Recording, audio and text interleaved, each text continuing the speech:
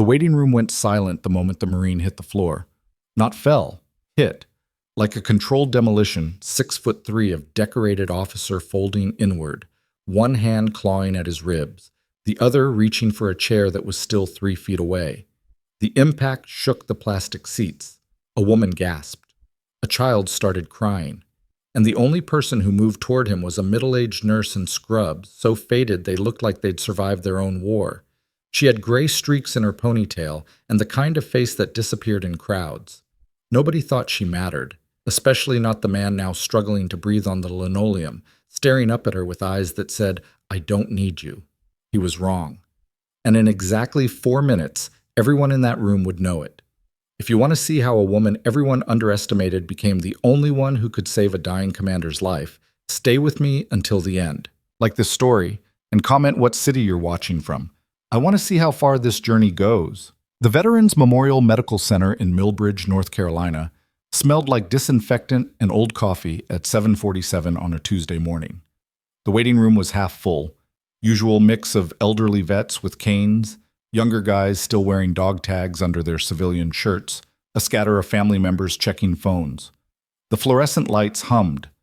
The TV in the corner played morning news nobody watched. Everything was routine until Colonel Marcus Thorne walked through the automatic doors. You could tell he was military even without the bearing.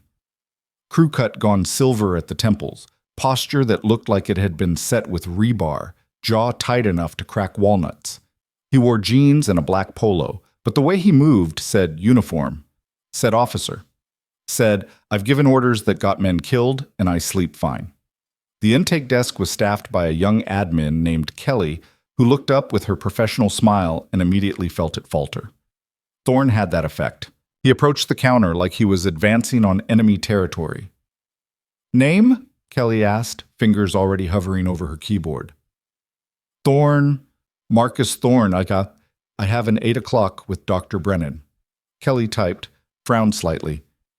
"I show you down for 8:15, actually, and Dr. Brennan's running about 20 minutes behind this morning. If you could take a seat, we'll—" 20 minutes. Thorne's voice was flat. "I drove 2 hours for this appointment." "I understand, sir, but—" "Do you understand? Do you actually?" His hands pressed against the counter edge, not aggressive but firm, claiming territory. "Because I'm looking at 5 empty chairs and a waiting room that doesn't look particularly busy, and you're telling me a military physician can't maintain a basic schedule." Kelly's smile was now pure customer service training. "I apologize for the inconvenience. If you'll just sign in here and have a seat, we'll call you as soon as—" Thorne took the clipboard without looking at it, scrawled his name, and turned away before she finished talking. He surveyed the waiting room like he was assessing tactical positions and selected a chair near the window, away from everyone else. Sat down with his back straight, one hand resting on his knee, the other pressed, subtly, but pressed, against his lower right ribs. That's when Emily Carter noticed him. She was standing near the triage station, half hidden behind a filing cart, wearing navy scrubs that had been washed so many times the fabric had gone soft and pale. She had a face that could have been anywhere from 40 to 55. The kind of worn, smooth look that came from years of night shifts and hard decisions.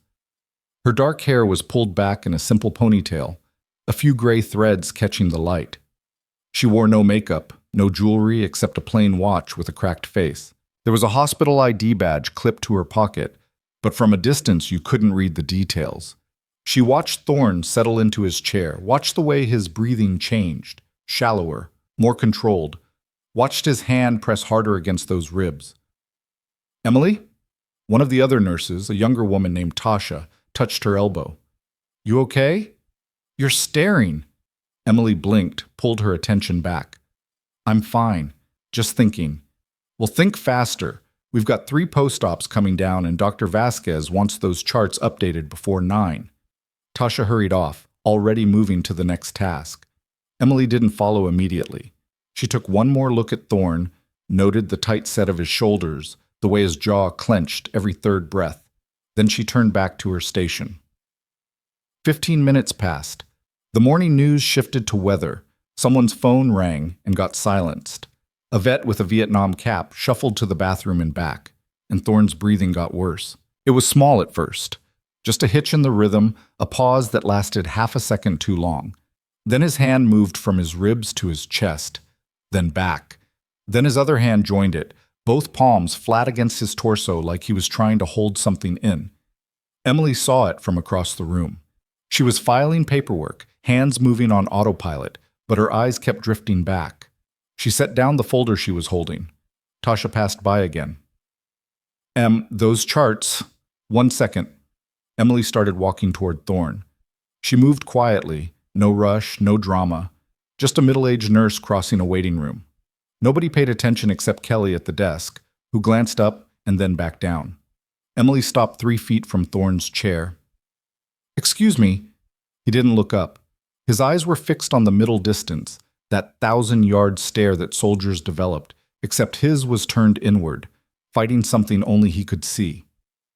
"Sir," Emily said, voice calm but firmer. Thorne's gaze shifted to her. It took visible effort. "What?" "You're in pain." "I'm fine." "You're breathing shallow, you're guarding your right side, and your lips are starting to lose color. You're not fine." She took 1 step closer. "Let me take you to triage." Thorne's expression hardened. "I said I'm fine. I have an appointment." "And you're not going to make it to that appointment if you collapse first." Emily kept her voice level, professional, but there was steel underneath. "I can see from here that—" "You can see my chart? My medical history?" Thorne's voice dropped to that dangerous quiet that officers used before they destroyed someone's career. "No? Then you can't see anything." "I can see a man in distress. And I can see a nurse who needs to learn her place." He shifted in his chair, trying to straighten up, and the movement cost him. A flash of pain crossed his face, quickly suppressed. "I didn't ask for help, especially not from intake." The word landed like a slap. Intake. Like she was barely qualified to hand out clipboards. Emily's expression didn't change, but something in her eyes did. Got quieter, harder. She nodded once. "Understood. I'll leave you alone." She turned and walked back to her station, picked up the folder she'd set down, resumed filing, but she didn't stop watching. Tasha materialized at her elbow. "What was that about?" "Nothing. He doesn't want help." "Then why do you look like you're planning a tactical assault?" Emily didn't answer. She was counting Thorne's breaths, watching the tremor developing in his left hand, noting the way his skin had gone from tan to ashen in the past 3 minutes. 2 more minutes passed. Then Thorne stood up. It wasn't smooth. It was the kind of movement that cost something, every muscle recruited to haul the body vertical against pain that was clearly screaming. He got to his feet, swayed once, caught himself on the chair back. Then he started walking toward the hallway that led to the exam rooms. He made it 4 steps. The collapse happened fast. One moment he was moving, the next his knees buckled and he was going down. No grace, no control, just gravity and failing systems. His shoulder hit first, then his hip. Then he was sprawled on the industrial carpet, both hands pressed to his abdomen, breath coming in sharp gasps. The waiting room erupted. Someone screamed. Kelly jumped up from her desk. The vet with the Vietnam cap started to rise, then sat back down, too old and slow to help. And Emily was already moving. She covered the distance in seconds, dropping to her knees beside Thorne with the kind of controlled fall that spoke of practice. "Don't try to get up," she said, voice sharp with command. "Get away." Thorne started, but the rest of the sentence vanished into a grunt of pain. Not happening. Emily's hands were already assessing, one checking his pulse at the wrist, the other hovering over his abdomen without touching. "Kelly, call for Dr. Vasquez, tell her possible internal bleed, patients crashing in the waiting room. Tasha, get me a gurney and the crash cart. Move." Both women ran. Thorne tried to push Emily's hand away and failed. "I don't need—" "You're going into shock," Emily cut him off. "Your pulse is thready, you're cold sweating, and you're about 30 seconds from losing consciousness. So you can either let me help you, or you can die on this carpet arguing about it. Your call, Colonel." The use of his rank made him focus. His eyes met hers, pain and fury, and something else. Calculation. "How did you— You've got Marine Corps written all over you. Now shut up and let me work." She leaned in closer, voice dropping. "I need you to tell me where it hurts most. Don't be a hero. Where?" Right side, lower, feels like his breath hitched, like something tore. When did it start? 3 days ago. Thought it was another hitch. Pulled muscle. You drove 2 hours with a possible ruptured organ? Emily's voice was flat with disbelief. Jesus. Okay, listen to me. I need you to stay conscious. Can you do that? I've done harder. I believe you. Now prove it. The gurney arrived with Tasha pushing it, 2 orderlies flanking her. Dr. Vasquez appeared from the hallway, a tall woman in her 50s with sharp eyes and efficient hands. She took in the scene in one sweep. What have we got? Possible internal bleed, right lower quadrant, Emily reported, already helping the orderlies position the gurney. Patient's been symptomatic for 3 days, refused care until he collapsed. Pulse 110, respiration shallow, skin cold and diaphoretic, guarding his right side. Vasquez knelt on Thorne's other side, already palpating his abdomen with practiced fingers. Thorne hissed when she hit the right spot. Rigid. Possible appendix, possible something worse. We need to get him to imaging now. Emily, you with me? Emily stood. Right behind you. No. Thorne's voice cut through the organized chaos. Everyone stopped. He was looking at Emily with something between rage and determination. Not her. I want a real medical provider, someone with actual credentials. The silence that followed was sharp enough to cut. Dr. Vasquez's eyebrows went up. Excuse me? I want someone who knows what they're doing, Thorne said through gritted teeth. Not intake. Not some... He gestured vaguely at Emily's faded scrubs. Not her. Tasha made a small sound of protest. Kelly, still standing by the desk, looked horrified. Dr. Vasquez's expression went very still, very controlled, but Emily just nodded. Understood, she said quietly. Dr. Vasquez can handle it from here. She stepped back, hands falling to her sides. No argument, no defense, just immediate compliance. But the way she looked at Thorne in that moment wasn't hurt. It was assessment, like she was seeing something nobody else could see. Something dangerous.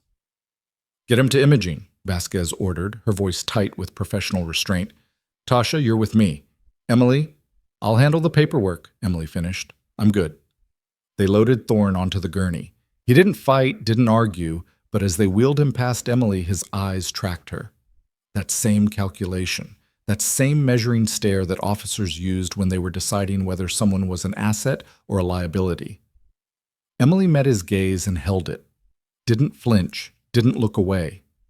And just before they turned the corner into the hallway, just before he vanished from sight, she saw him register something. Some small detail that didn't fit the picture he'd built of her. But then he was gone, and the waiting room was slowly returning to normal. People resettling into chairs. The TV still playing to no one. Kelly back at her desk, typing incident reports with shaking hands. Tasha came back 3 minutes later and found Emily at the triage station, updating charts like nothing had happened. Tasha said carefully. You okay? Fine. That was bullshit, what he said. You know that, right? You saved his ass and he... It's fine, Emily repeated. She didn't look up from the chart. He's scared and in pain. People say things. He's an asshole. Maybe. Not maybe. Definitely. Tasha crossed her arms. You should have let him bleed out. Emily's pen stopped moving. She looked up, met Tasha's eyes. No, she said softly. I shouldn't have. There was something in the way she said it. Something final. Like she'd made that choice a long time ago, and nothing, not insults, not dismissal, not disrespect, would change it. Tasha sighed. You're too good for this place. I'm exactly where I need to be. Yeah? Where's that? Emily went back to her chart. Here, doing the job. An hour later, Emily was in the break room pouring coffee that tasted like burnt rubber when Dr. Vasquez found her. Got a minute? Emily turned. Vasquez looked tired, the kind of tired that came from dealing with difficult patients in difficult situations. She gestured to the small table in the corner, and they both sat. Thorne's stable, Vasquez said without preamble.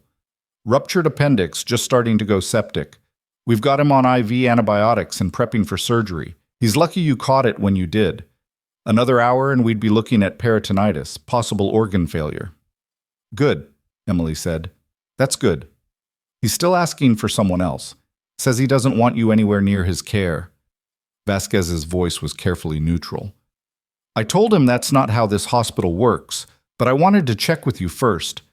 If you'd rather not, I'll do whatever you need me to do, Emily interrupted. I'm not here for gratitude. Vasquez studied her for a long moment. You know, I've been trying to figure you out since you transferred here 8 months ago. Nothing to figure out. I'm just a nurse. You're not just anything, Emily. I've seen you work. You move like you've done field medicine. You assess faster than most of our ER docs. And you handle crisis situations like you've seen worse than anything this hospital can throw at you. Vasquez leaned forward slightly. So what's your story? Where'd you train?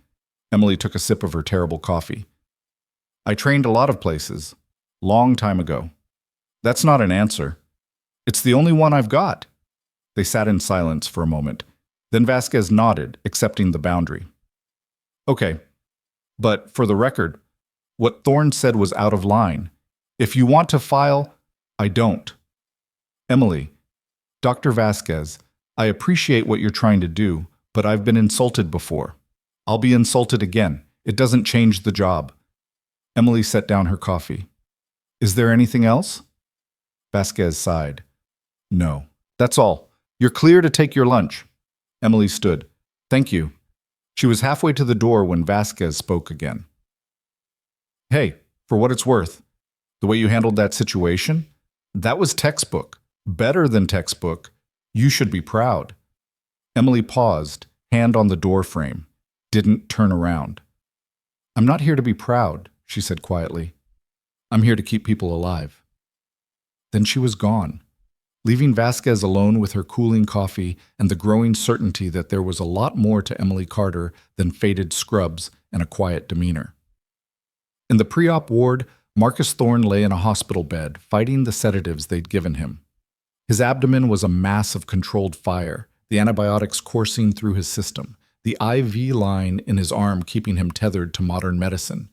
But his mind was still sharp enough to be angry. A nurse came in, young, male, efficient. Not Emily. Thorne didn't know whether to be relieved or disappointed. Colonel Thorne? I'm Ben. I'll be getting you ready for surgery. Where's Dr. Vasquez? She'll be in shortly. Just need to get you prepped first. Ben checked the monitors, adjusted the IV flow. How's your pain level? 1 to 10? 6. Be honest? 8. Better. I'll get you something for that. Ben made a note on his tablet. Dr. Vasquez mentioned you had a rough morning. Collapsed in the waiting room? Thorne's jaw tightened. Something like that. Lucky you had Emily there. She's probably the best trauma nurse we've got. Saved more than a few lives in her time. Ben was typing, casual, not seeing the way Thorne's expression changed. Word is she used to do military contract work. Somebody told me she was in some heavy situations overseas. I don't know if that's true, but the way she moves, I believe it. Emily, Thorne's voice was flat. The intake nurse. Ben looked up, confused. Intake? No, man. Emily's trauma and emergency. Been there for months. Why would you think... He stopped. Oh, you didn't know. Didn't know what? Emily's one of our senior trauma nurses. She does intake rotations sometimes when we're short-staffed, but that's not her primary. She's certified for advanced life support, trauma response, field medicine. She's got more credentials than half our junior doctors. Ben tilted his head. Did you think I need to speak with Dr. Vasquez? Sure. I can page her. Now. Ben recognized the tone. Officer. Command. He nodded quickly. I'll get her. Alone in the room, Thorne stared at the ceiling and tried to process what he'd just heard. Tried to reconcile the faded scrubs and the gray ponytail with senior trauma nurse. Tried to remember the way Emily had moved when he collapsed. Fast, sure, no hesitation. The way she'd assessed him in seconds and given orders that everyone followed without question. The way she'd looked at him when he'd dismissed her. Not hurt, not offended. Just knowing. Like she'd seen men like him before. Proud men. Stubborn men. Men who confused authority with wisdom and rank with righteousness. Men who had to learn the hard way. The sedatives were pulling at him now, making the edges soft. But one thought stayed sharp. I made a mistake. Dr. Vasquez came in 20 minutes later. Thorne was fighting to stay awake, his words slightly slurred but his intent clear. The nurse, Emily. I want to... He struggled to find the right words through the chemical fog. I need to apologize. Vasquez pulled up a chair, sat down beside the bed. You can do that after surgery. Right now I need you to focus on staying calm and letting the medication work. I insulted her, called her... He grimaced, and it wasn't from physical pain. She saved my life, and I... Yeah, you did. Vasquez's voice was matter-of-fact. And she still did her job. That's who Emily is. Where did she train, really? I don't know the whole story. She doesn't talk about it. But I know she's seen things that would break most people. Vasquez checked his monitors. And I know she's saved more lives than you or I will ever count, including yours. Thorne's eyes were closing despite his best efforts. Tell her, I will. After surgery, when you can tell her yourself. Vasquez stood. Now sleep, Colonel. We'll take good care of you. The last thing Thorne saw before the darkness took him was the ceiling tiles blurring together, and the last thing he thought was that he'd spent 30 years learning to read people, to assess threats, to identify assets and liabilities at a glance. And he'd been completely, catastrophically wrong. In the trauma wing, Emily was checking on a post-op patient when her pager buzzed. She glanced at it, frowned slightly, and made her way to the nurse's station. Tasha was there, looking at her with an odd expression. Vasquez wants to see you. Said it's about Thorne. Emily's face revealed nothing. Okay. If he's causing problems, if he's filing some kind of complaint because you... It's fine, Tasha. You keep saying that. Because it is. Emily started walking toward Vasquez's office, then stopped, turned back. Hey, you asked me earlier where I was, before here. Tasha blinked. Yeah? I was in a lot of places, did a lot of things. Some of them mattered, some of them didn't. Emily's voice was quiet, distant. But I learned something important. You can't control how people see you. You can only control what you do when they're not looking. That's really profound and also completely opaque. Emily smiled, small and sad. Yeah, it usually is. She continued to Vasquez's office, knocked once, and entered when summoned. Vasquez was at her desk, surrounded by the usual chaos of charts and files and half-finished coffee cups. Close the door, Vasquez said. Emily did. Stayed standing. Thorne's in surgery. Should be fine. But before he went under, he wanted you to know he plans to apologize when he wakes up. Vasquez watched Emily's face for reaction, found none. I thought you should hear that. Okay. That's it? Okay. What else is there? Emily's voice was genuinely curious. He made a mistake. People do. If he wants to apologize, I'll accept it. If he doesn't, I'll live with it. Either way, the job's the same. Vasquez shook her head slowly. You know what's funny? I've been practicing medicine for 27 years, and I still let things get to me. Patient complaints, administrative bullshit, colleagues throwing blame around. It gets under my skin. She looked at Emily. But you? Nothing touches you. Why is that? Emily was quiet for a long moment. When she spoke, her voice was softer than usual, almost vulnerable. It's not that nothing touches me. It's that I learned a long time ago to separate what matters from what doesn't. And what matters is keeping people alive. Everything else is just noise. Where did you learn that? Places you don't come back from the same. Emily met Vasquez's eyes. Is there anything else? Vasquez wanted to push, wanted to dig deeper, find the story buried under the calm exterior. But she recognized a wall when she saw one. No, that's all. Thank you, Emily. Emily nodded and left. She went back to her rounds, back to checking vitals and updating charts and doing the 1,000 small tasks that kept a hospital running. But in a quiet corner of her mind, she was remembering a different hospital in a different country, where the walls shook with explosions and the wounded came in faster than anyone could count. She remembered a young Marine, barely 20, holding his intestines in with his own hands and apologizing for bleeding on her boots.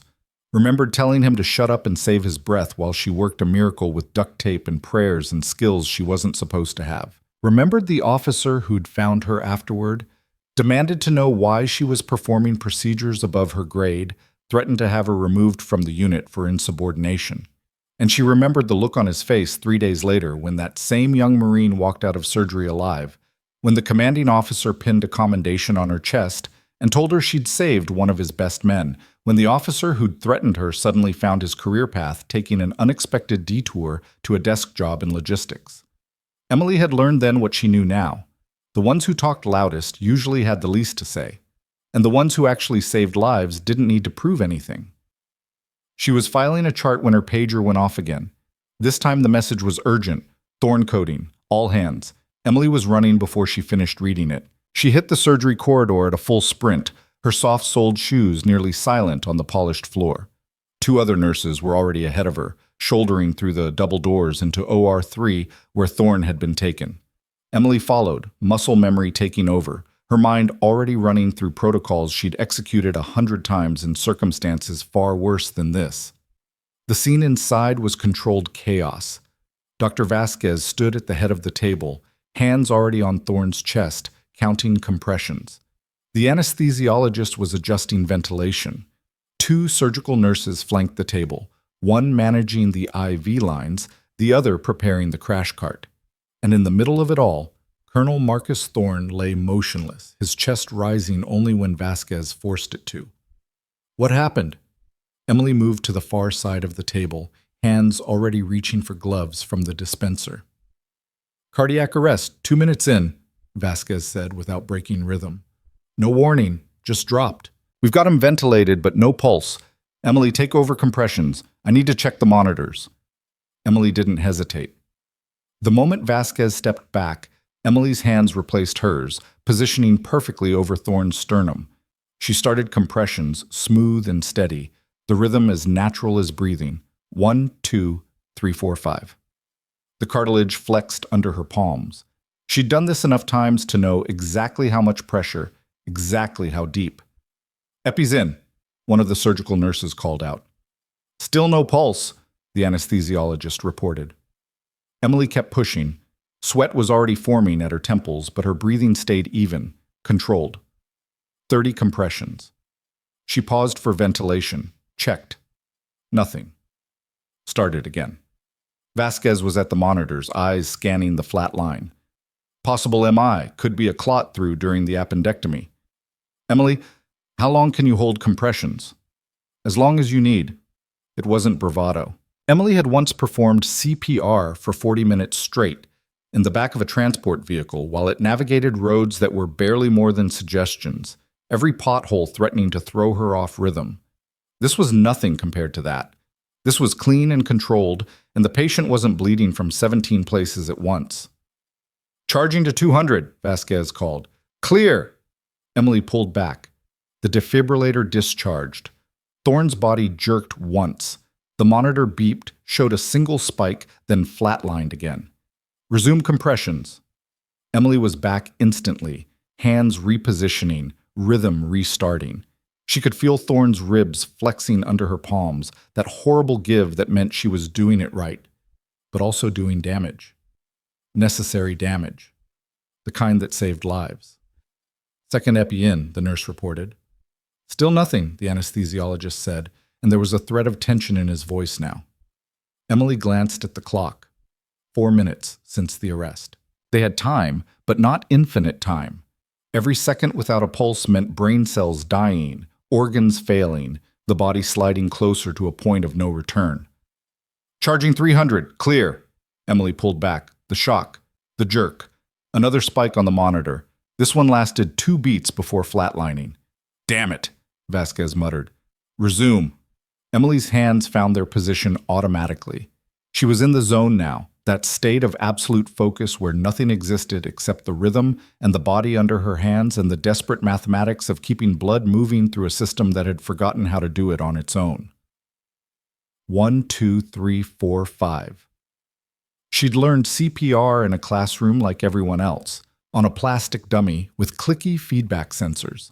But she'd learned to really do it in a field hospital outside Kandahar, where a mortar attack had brought in 12 wounded at once, and they'd run out of doctors before they ran out of dying. She'd done compressions on a 19-year-old kid from Texas while an actual surgeon worked on the patient next to him, and when she'd finally gotten a pulse after 8 minutes of trying, the surgeon had looked over and said, "Good hands.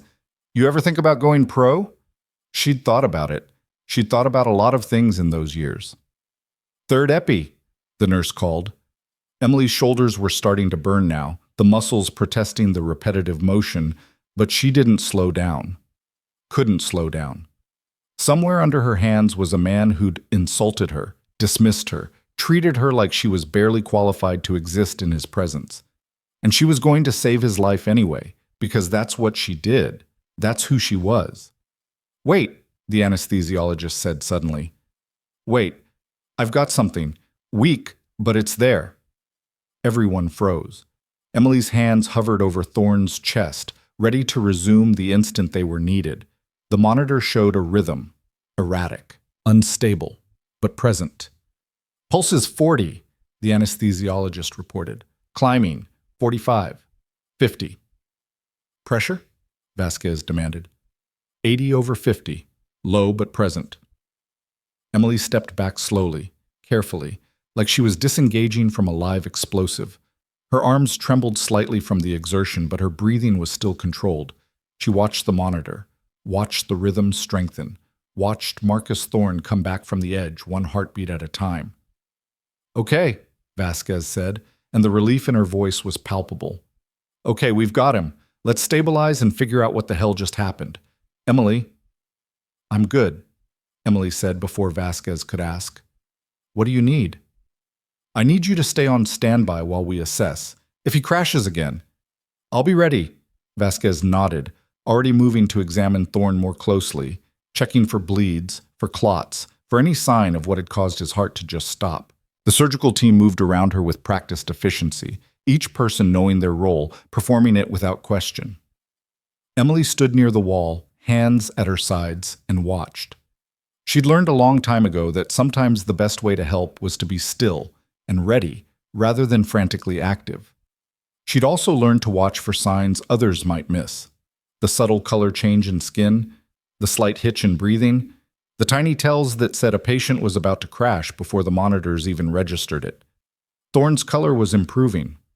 Slowly, but improving. His breathing under the ventilator was becoming more regular. Whatever had happened, they'd caught it in time. "I think it was a vasovagal response," Vasquez said after several minutes of examination. "The appendectomy itself went fine, but between the stress, the pain, and the anesthesia coming up, his system just stopped. Basically, he had a panic attack severe enough to trigger cardiac arrest." "That's a hell of a panic attack," one of the surgical nurses muttered. "That's a hell of a patient," Vasquez replied. "Military, high-stress career, probably hasn't processed trauma properly in decades. His body was holding on by pure stubbornness until the surgery, then it just gave up." She looked at Emily. "If you hadn't been here, if compressions had been delayed even 30 seconds. "But they weren't," Emily said quietly. "He's alive. That's what matters. You need to rest. Your arms are fine." Emily rolled her shoulders, testing. They ached, but it was manageable. "I can stay if you need me." Vasquez studied her for a moment, then nodded. "Stay. I want you in post-op monitoring when he wakes up. You know his baseline now better than anyone." So Emily stayed. She watched them finish stabilizing Thorne, watched them transition him from OR to recovery, watched the monitors settle into steady rhythms that said life, life, life with every beep. And when they finally wheeled him to a private recovery room, she followed. The room was quiet except for the soft sounds of medical equipment. Thorne lay still. Ventilator removed now, but oxygen mask in place, his chest rising and falling on its own. Emily took up position in the corner, a chair pulled close enough to see the monitors but far enough to stay out of the way. Tasha found her there 20 minutes later. "Jesus, Em, I heard you did compressions for 6 minutes straight." 7, Emily corrected absently, not taking her eyes off the monitors. 7. My arms would have fallen off. Tasha came into the room, lowered her voice. Is he going to make it? Probably. He's stable now.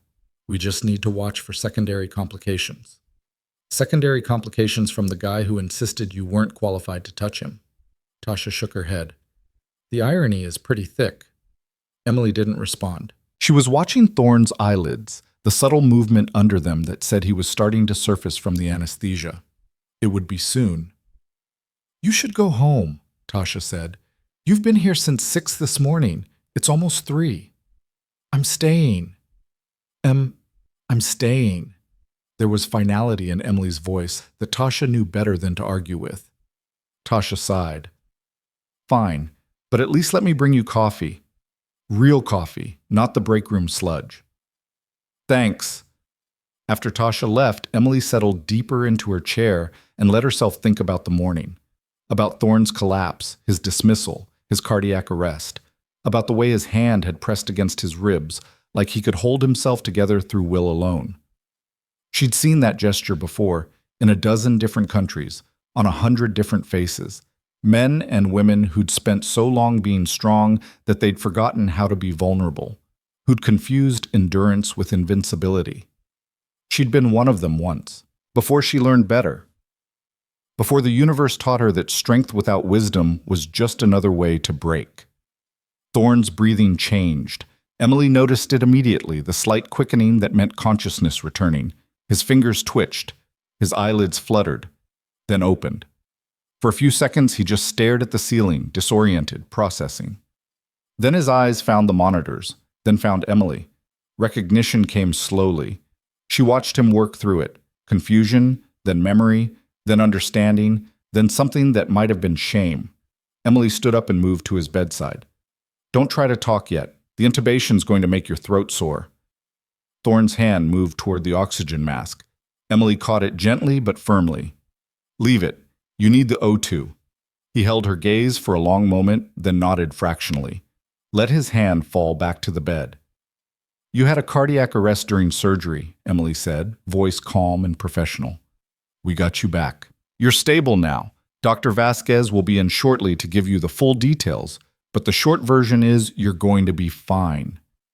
Thorne's eyes never left hers. Behind the oxygen mask, his lips moved. Emily could read the word, you. Yes, me. She checked his pulse manually, even though the monitor was right there. Old habits. Turns out the intake nurse knows a few things about keeping people alive. Thorne's eyes closed. Not from pain or exhaustion, but something else. Something that looked almost like regret. Emily released his wrist, adjusted his IV line. You don't owe me anything, Colonel. Not an apology, not gratitude, nothing. I did my job. That's all. His eyes opened again. This time, when his hand moved, it wasn't toward the mask, but toward her. Fingers trembling slightly from the drugs, from the trauma, from whatever was happening in his head. Emily let him catch her wrist. His grip was weak but insistent. She waited. Behind the mask, Thorne's voice was muffled but audible. Who are you? Emily smiled, small and sad. I'm just a nurse, Colonel. That's all you need to know. But the way she said it, the weight behind the words, told him what she wouldn't say out loud, that she was a lot more than that, and he'd been too blind to see it. She gently extracted her wrist from his grip. Rest now. I'll be here if you need anything. Thorne's hand fell back to the bed and he closed his eyes, but Emily could see the tension in his jaw, the way his mind was clearly working through everything that had happened. Good. Let him think. Let him realize. Dr. Vasquez arrived 10 minutes later, reviewed Thorne's vitals, explained the vasovagal response and the cardiac arrest and the prognosis. Thorne listened, nodded when appropriate, asked the right questions, but his eyes kept drifting to Emily, who stood back by the wall, quiet and observant. When Vasquez finished and left, promising to check back in an hour, Thorne pulled down his oxygen mask despite Emily's protest. I need to say this, he rasped, voice rough from the intubation. What I said this morning, about you. I was wrong. Emily crossed her arms. You were in pain and scared. People say things. That's not an excuse. I didn't say it was. I said it was an explanation. She moved closer, checked his oxygen saturation on the monitor. And for what it's worth, you weren't the first person to underestimate me, and you won't be the last. I'm used to it. You shouldn't have to be. Emily tilted her head, studying him. What changed your mind? Before the arrest, I mean. Ben told you who I was? He mentioned you were trauma, not intake, that you had credentials. Thorne's voice was getting stronger, but Emily noticed the fatigue creeping in at the edges. But honestly, I started figuring it out when you caught me in the waiting room. The way you moved, the way you assessed the situation. That wasn't luck or training. That was experience. Lots of nurses have experience. Not like that. Not the kind where you react before you think because you've done it so many times that it's muscle memory. Thorne's eyes were sharp despite the drugs. You've done field medicine, real field medicine, not simulation. Where were you deployed? Emily's expression didn't change, but something behind her eyes went very far away for a moment. I've worked in a lot of places. Afghanistan, Iraq, Syria for a bit. Some others that don't have names on the news. With which unit? Different ones. I was civilian contract mostly, medical support wherever they needed it. She replaced his oxygen mask. That's enough talking. You need to rest. Wait. Thorne's hand caught hers again. The tattoo. That's what Ben mentioned. He said you have a military tattoo. Emily went very still. Is it true? Thorne pressed. She could have lied, could have deflected, could have walked away without answering. But something in Thorne's eyes, the genuine respect, the recognition of one person who'd seen combat looking at another, made her pause. Slowly, she pulled her right arm free and rolled up the sleeve of her scrub top. The tattoo was on her inner forearm, partially hidden by her watch. Black ink, faded slightly with age but still clear. A unit insignia she didn't explain. A date that Thorne immediately recognized, November 2004. And beneath it, a single word in Arabic script. Thorne stared at it for a long moment. When he looked back at her face, his expression had completely changed. Fallujah. Emily rolled her sleeve back down. Second battle. I was embedded with a Marine unit providing medical support. Technically, I wasn't supposed to be there. My contract was for the Green Zone. But when the fighting started, they needed everyone who could hold a line or save a life. She adjusted her watch over the tattoo. I did both. That was house-to-house urban warfare. Some of the worst fighting of the entire war. I'm aware, I was there. Emily's voice was flat, factual. 95 of our guys went in. 73 came out walking. Another 15 came out on stretchers but alive. The rest didn't come out at all. Thorne did the math. You had a 93% survival rate in Fallujah. For the ones I got to in time, Emily's jaw tightened fractionally. The ones I didn't, that's a different number. Jesus Christ. Thorne lay back against his pillow, staring at her like he was seeing her for the first time. And you're here, working at a VA hospital in North Carolina, taking shit from people like me. I'm here because I choose to be. And I take shit because the alternative is letting my ego matter more than the job. Emily moved toward the door. Now rest, Colonel. We'll talk more when you're stronger. Emily, his voice stopped her at the threshold. Thank you for saving my life, both times today. She looked back at him, and for just a moment, the professional mask slipped. He saw the person underneath, tired, scarred, but still standing, still fighting, still saving lives because that's what she'd decided mattered. You're welcome, she said quietly. Then she was gone. Tasha was waiting in the hallway with coffee. She took one look at Emily's face and whistled low. He knows now. Knows what? Who you really are. What you've done. Tasha handed over the coffee. How'd he take it? Emily sipped the coffee, actual good coffee, bless Tasha, and considered the question. Better than most, worse than some, he'll process it. And you? How are you processing the fact that you just saved the life of someone who insulted you to your face? Same way I always do? Emily started walking toward the nurse's station, by not processing it at all and getting back to work. That's healthy. Never said it was healthy, said it was effective. Emily set down her coffee and picked up a chart. Now, Are you going to help me with these post-ops or keep playing therapist? Tasha grinned. Can I do both? Not on my watch. They fell into the rhythm of work, the comfortable pattern of two nurses who'd learned to anticipate each other's moves. But Tasha noticed that Emily's eyes kept drifting toward Thorne's room, checking the monitors visible through the window, watching for any sign of distress. He's stable, Tasha said after the third check. I know. So stop hovering. I'm not hovering, I'm monitoring. You're hovering. Tasha pulled up a chair, dragged Emily into it. Sit. 5 minutes. Tell me the real story. What real story? The one where you're actually bothered by what happened today. Emily was quiet for a moment. Then, I'm not bothered by the insult. I've heard worse from better people. I'm bothered by the fact that he almost died because he was too proud to accept help from someone he considered beneath him. But he didn't die. This time.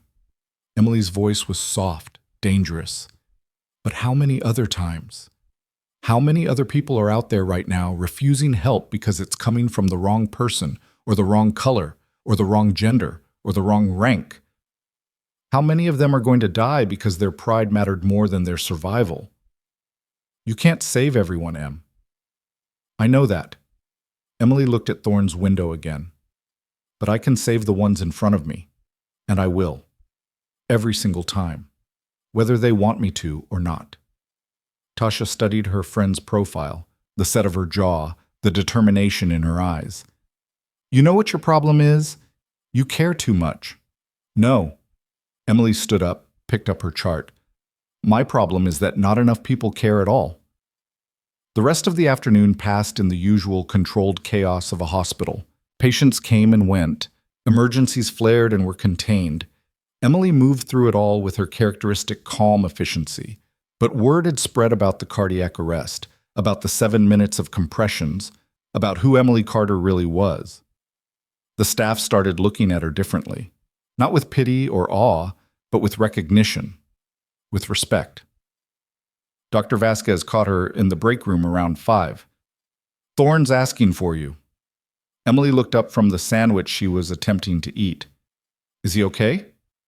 Vitally stable, emotionally complicated. He wants to talk. About what? He didn't say. But Emily? Vasquez leaned against the doorframe. You don't owe him your story. You don't owe him anything. If you don't want to go in there, it's fine. Emily wrapped up her sandwich, tossed it, hadn't been hungry anyway. I'll see what he wants. Thorne was sitting up when she entered, oxygen mask hanging loose around his neck, color much better than it had been. He looked tired but alert. Focused. You wanted to see me? I wanted to apologize. Properly. Thorne gestured to the chair. Will you sit? Emily remained standing. I'm on duty. 5 minutes. She hesitated, then sat. What do you want, Colonel? I want to understand why you didn't tell me. When I was insulting you, when I was demanding someone else, you could have told me who you were, what you'd done, and I would have... You would have what? Emily interrupted. Treated me with respect because I had the right credentials, the right history? She shook her head. That's not respect, Colonel. That's just a different kind of judgment. Then what should I have done? You should have trusted that the hospital wouldn't put someone unqualified in charge of emergency response. You should have trusted the system. You should have trusted me based on what I was doing, not on what you assumed I couldn't do. Emily's voice was steady, but there was steel underneath. You should have been better. Thorne absorbed that. You're right. I know I'm right. The question is whether you know it, or whether you're just saying it because you found out I have a tattoo and a war story. Both, Thorne admitted. Is that honest enough? Emily almost smiled. It's a start. I spent 30 years in the Marines, Thorne said after a moment. Learned to read people, assess threats, identify who I could trust in a crisis. And I was completely wrong about you. You were scared and in pain. It affects judgment. Stop making excuses for me. Thorne's voice was firm. I was wrong, completely, inexcusably wrong, and you saved my life anyway, twice. I need to know why.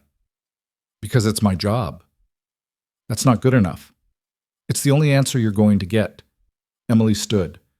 Now, If there's nothing else, the ones you couldn't save. Thorne's voice stopped her. In Fallujah. You said that was a different number. What number? Emily turned back slowly. Her face was carefully neutral, but her eyes were old. Very old. 7. 7 out of how many total? Out of 110 wounded that came through my station over 6 days of fighting. Emily's voice was matter-of-fact, clinical. 93% survival rate sounds impressive until you remember that 7% equals 7 faces, 7 names, 7 people who trusted me to keep them alive, and I failed. A 93% survival rate in urban combat is miraculous. Tell that to the 7.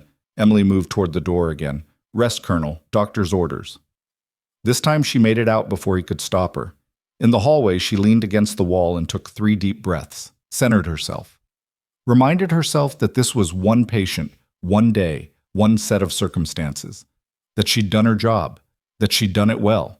That 7 people from 15 years ago couldn't be saved by any amount of guilt or remembering. But they stayed with her anyway. They always did. Night shift was beginning when Emily finally clocked out.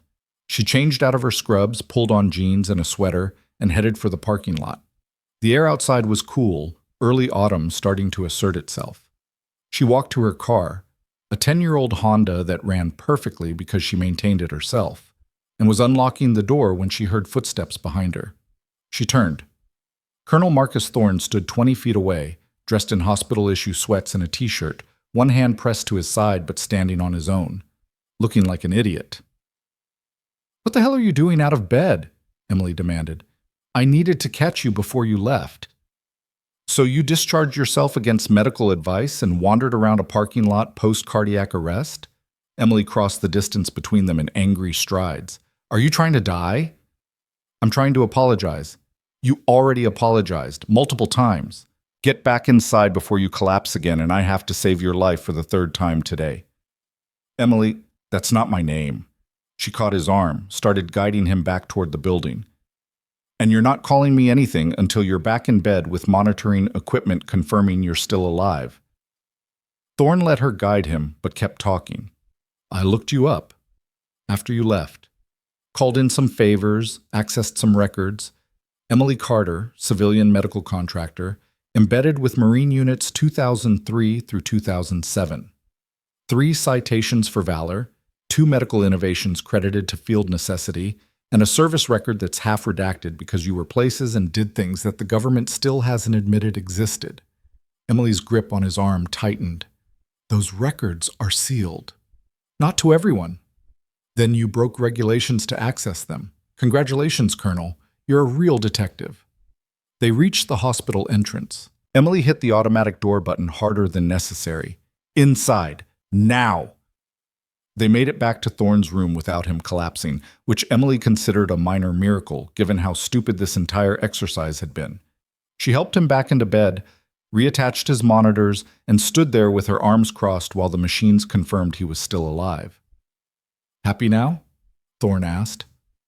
"Ecstatic. You've taken years off my life." Emily checked his vitals manually, just to be sure. "What were you thinking?" "I was thinking that I wronged you, and a hospital room apology wasn't sufficient." "So you decided a parking lot apology while actively dying was better?" "I'm not actively dying." "You were this morning, twice." Emily finished her check, stepped back. "You're stable, for now, but if you pull another stunt like this, you'll let me die?" "I'll make you wish I had." Emily grabbed his chart, made notes about his unauthorized excursion. "I'm filing this in your record. Your doctor's going to be thrilled." "Emily, listen to me." Thorne's voice was serious, commanding. "I need you to understand something. What I did today, dismissing you, insulting you, refusing your help, that wasn't just wrong. It was the kind of wrong that gets people killed in combat. The kind where you ignore good intelligence because it comes from the wrong source, or you don't trust your wingman because they don't look like you think they should look." Emily stopped writing. "I'm aware. I've seen men die because of that kind of thinking. I've court-martialed officers for it, and today I did it myself." Thorne met her eyes, and the person I did it to saved my life anyway. I don't know how to process that. "Process it by being better tomorrow than you were today," Emily said quietly. That's all any of us can do. She turned to leave and found Dr. Vasquez in the doorway, looking amused and exasperated in equal measure. Colonel Thorne, would you like to explain why my recovering cardiac patient was found wandering the parking lot? Thorne had the grace to look sheepish. Medical consultation? Try again. Temporary insanity? Getting warmer. Vasquez entered the room, checked his monitors with a practiced eye. You're lucky Emily found you before you collapsed. Again. You realize you just violated every protocol we have. I'm aware. Good. Then you'll understand why you're now on bed rest with no exceptions until I personally clear you. Emily, can you hang around for a minute? I need to discuss something with you. Colonel, try not to die while I'm gone. In the hallway, Vasquez pulled Emily aside and lowered her voice. He accessed your military records. I know. How do you feel about that? Emily shrugged, violated, annoyed, and unsurprised. Men like him always think they have the right to know everything. Do you want me to file a complaint? Against a dying man who's learned a hard lesson? No.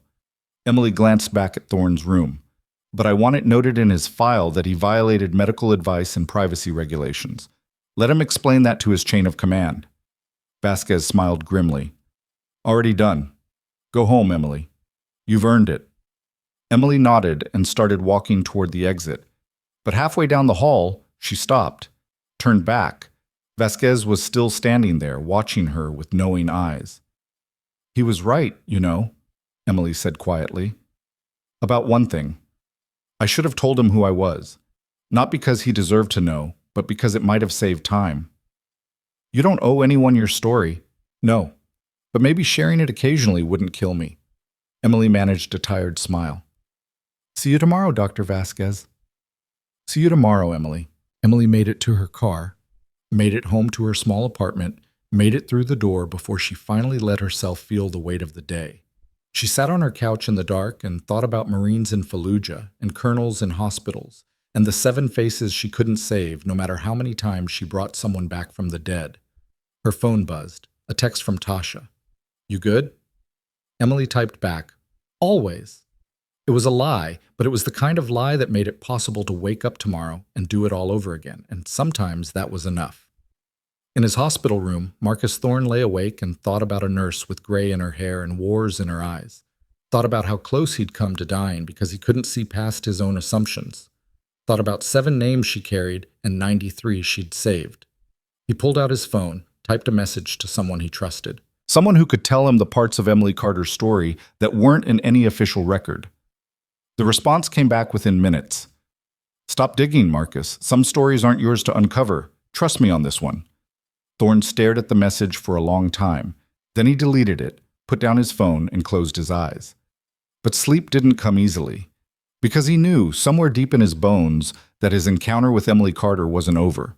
That he'd stumbled into something bigger than a simple medical emergency. That the quiet woman who'd saved his life had secrets that went deeper than Fallujah, deeper than his security clearance could reach, and that he'd just made the kind of enemy you couldn't defeat with rank or authority or connections, the kind that didn't fight back, the kind that just kept saving your life until you understood exactly how much you owed them, the kind that didn't fight back, the kind that just kept saving your life until you understood exactly how much you owed them. 3 days later, Marcus Thorne was discharged with strict orders to rest, follow up in 2 weeks, and avoid anything remotely strenuous.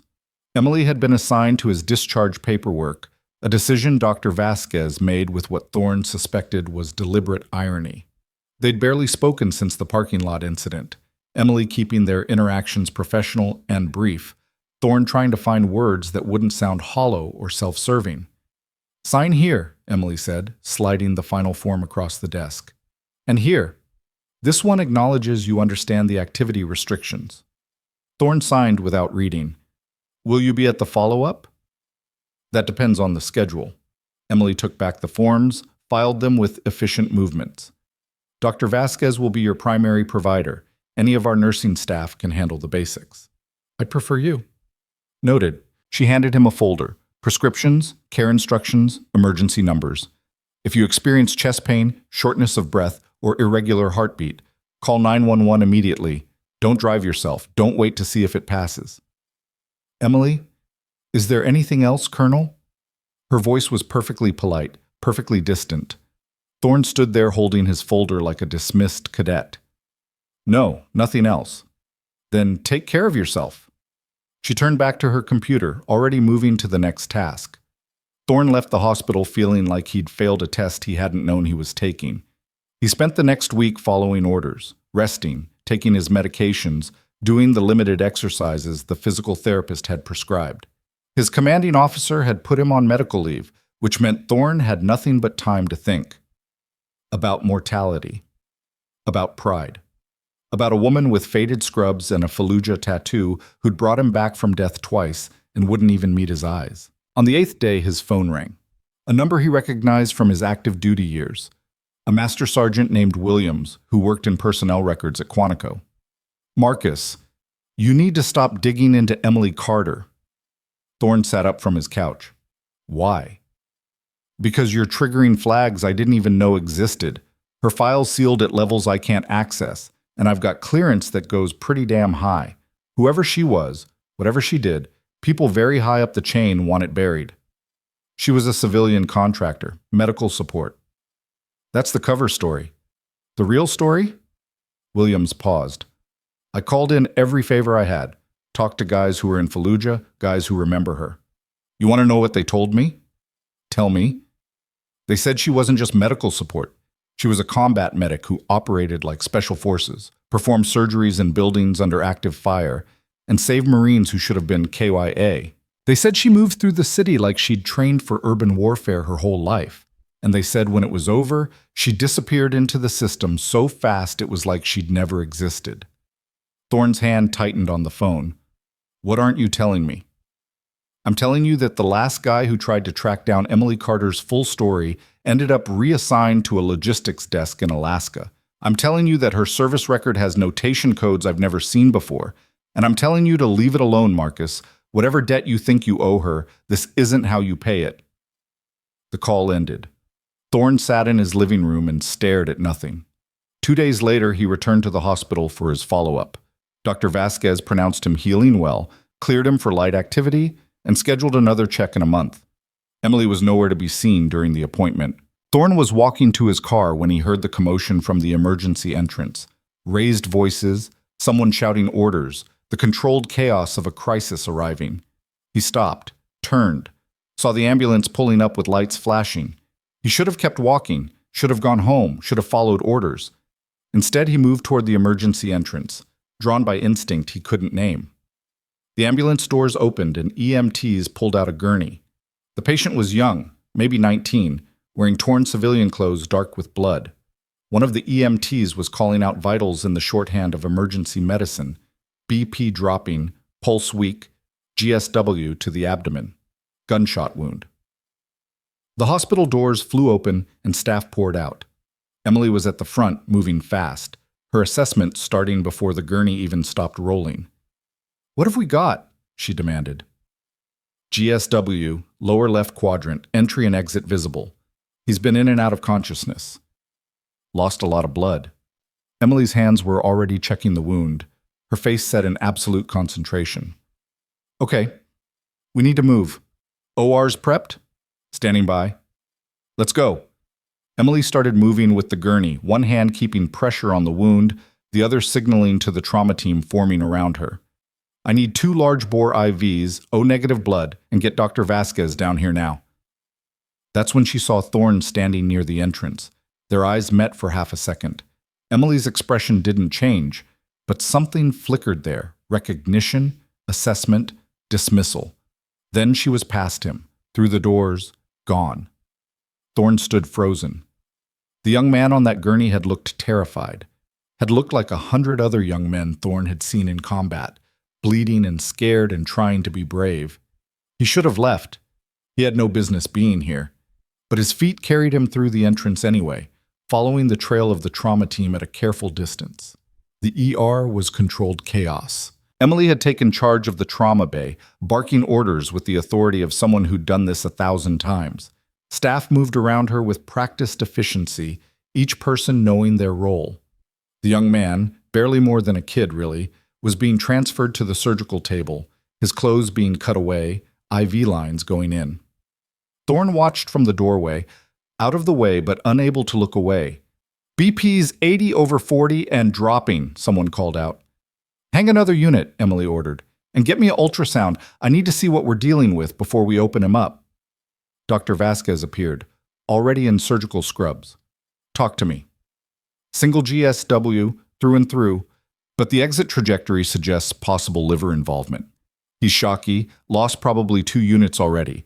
I need to know if we're dealing with major vessel damage before we commit to surgery.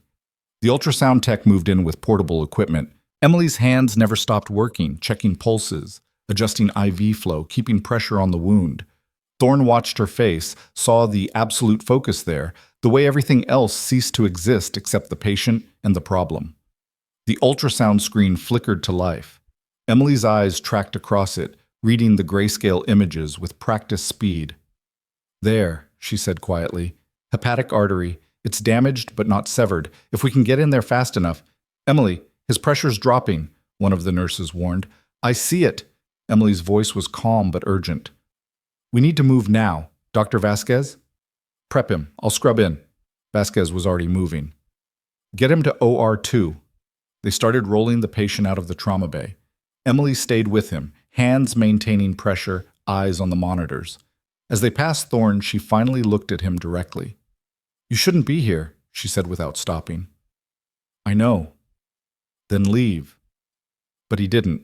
He followed them as far as the surgical wing, watched them disappear through the OR doors, and found himself in a waiting area he'd occupied from the other side just days ago. Tasha found him 20 minutes later. Colonel Thorne, you're not supposed to be here. I know. I saw the ambulance. He stopped. Who is he? The patient? Can't tell you that. Privacy regulations? Tasha sat down across from him anyway. But off the record, kid who was in the wrong place at the wrong time. Gang shooting 3 blocks from here. Bystander caught in crossfire. Jesus. Yeah. Tasha looked toward the OR doors. Emily's good, though. If anyone can save him, she can. How often does this happen? Gunshot wounds? Too often. We're near 3 different housing projects, and the gang activity's been bad this year. Tasha crossed her arms. Emily usually takes lead on the severe trauma cases. She's got a knack for it. A knack? Thorne's voice was flat. Okay, more than a knack. She saved more gunshot victims than any nurse I've ever worked with. It's like she's got a 6th sense for what's going to go wrong before it does. Tasha studied him. Why are you really here, Colonel? I don't know, Thorne admitted. I saw the ambulance and I couldn't walk away. That's guilt talking. Maybe. Definitely. Tasha stood up. Look, Emily's going to be in there for hours. You should go home. There's nothing you can do here. Thorne nodded, but didn't move. Tasha sighed and left him there. Another person waiting for news in a hospital full of waiting. 3 hours passed. Thorne watched other people come and go, families waiting for news, staff on their breaks, delivery personnel with supplies. He checked his phone, answered messages from his CO about when he'd be cleared to return to duty, tried not to think about the kid on the table and whether Emily could work another miracle. When the OR doors finally opened, it wasn't Emily who emerged. It was Dr. Vasquez, still in surgical scrubs, pulling off her cap. She looked exhausted. Thorne stood. How is he? Vasquez saw him and stopped. Colonel Thorne, you're still here. How is he? Alive? Barely. We repaired the hepatic artery, stopped the bleeding, but he lost a lot of blood. Next 24 hours are critical. She moved past him toward the physician's lounge. You should go home. Where's Emily? Still in there. She's monitoring post-op while we get him stabilized for transfer to ICU. Vasquez paused, turned back. Why are you here, Colonel? I saw the ambulance. I wanted to know if... He stopped. I don't know. I just couldn't leave. Vasquez studied him with the same assessing look Emily had given him a dozen times. You feel responsible. I feel like I'm starting to understand what she does, what it costs. Then you're learning. Vasquez gestured to the OR doors. She'll be out in about 20 minutes. If you want to wait, wait. If you want to help, go get her a coffee. Real coffee from the cafe across the street, not the break room garbage. 2 creams, no sugar. Thorne almost smiled. You're giving me a mission. I'm giving you a purpose that isn't sitting here feeling guilty. Vasquez headed for the lounge. 20 minutes, Colonel. Thorne went to get the coffee. He was back in 19 minutes with 2 cups. One for Emily, one for himself. The OR doors opened and Emily emerged, pulling off her surgical cap, her face showing the strain of hours under pressure. She saw Thorne and stopped. You're still here. I brought coffee. He held out the cup. 2 creams, no sugar. Emily took it automatically, then seemed to register what she was holding. How did you know? Dr. Vasquez told me. Of course she did. Emily took a long drink, closed her eyes briefly. Thank you. How's the patient? Alive? Vasquez repaired the artery. I managed the bleeding and made sure nothing else decided to rupture. He's got a long recovery ahead, but he should make it. She took another drink. You didn't answer my question. Why are you still here? I wanted to make sure he survived. You don't know him. No. But I know what it's like to be 19 and in the wrong place. I know what it's like to think you're going to die. Thorne met her eyes, and I know what it's like to have someone like you refuse to let that happen. Emily's expression softened fractionally. He's a kid. Wrong place, wrong time. Probably never even saw the shooter. Tasha told me. Gang violence. Yeah. 3rd one this month. Last month we had 5. Emily's voice was tired, bitter. And the month before that, 7. It's like a war zone, except nobody calls it that because it's just poor kids killing each other over territory nobody else wants. But you keep saving them. Someone has to. Emily started walking toward the locker room. Now go home, Colonel. You're supposed to be resting. So are you. I will. After I check on my other patients, update the charts, and make sure the night shift knows what to watch for. She paused at the locker room door. Thank you for the coffee. And for caring about a kid you don't know. Emily. Go home, Marcus. She used his first name for the first time, and it sounded strange in her voice, intimate. We're good, I promise. Then she was gone into the locker room, leaving him standing there with his own coffee going cold in his hand. Thorne went home. He made dinner he didn't eat. He tried to watch TV and couldn't focus. He kept thinking about Emily's face in the OR, the absolute concentration, the way she moved like every second mattered because it did. At 11 p.m., his phone rang. Unknown number. He answered anyway. Colonel Thorne? A young male voice, nervous. This is Corporal Davis from Quantico. I'm calling about the incident at Veterans Memorial Medical Center. Thorne sat up. What incident? Sir, I'm not supposed to be calling you directly, but you were inquiring about Emily Carter and I thought you should know. There's been a complaint filed against her. Administrative review. They're talking about suspension pending investigation.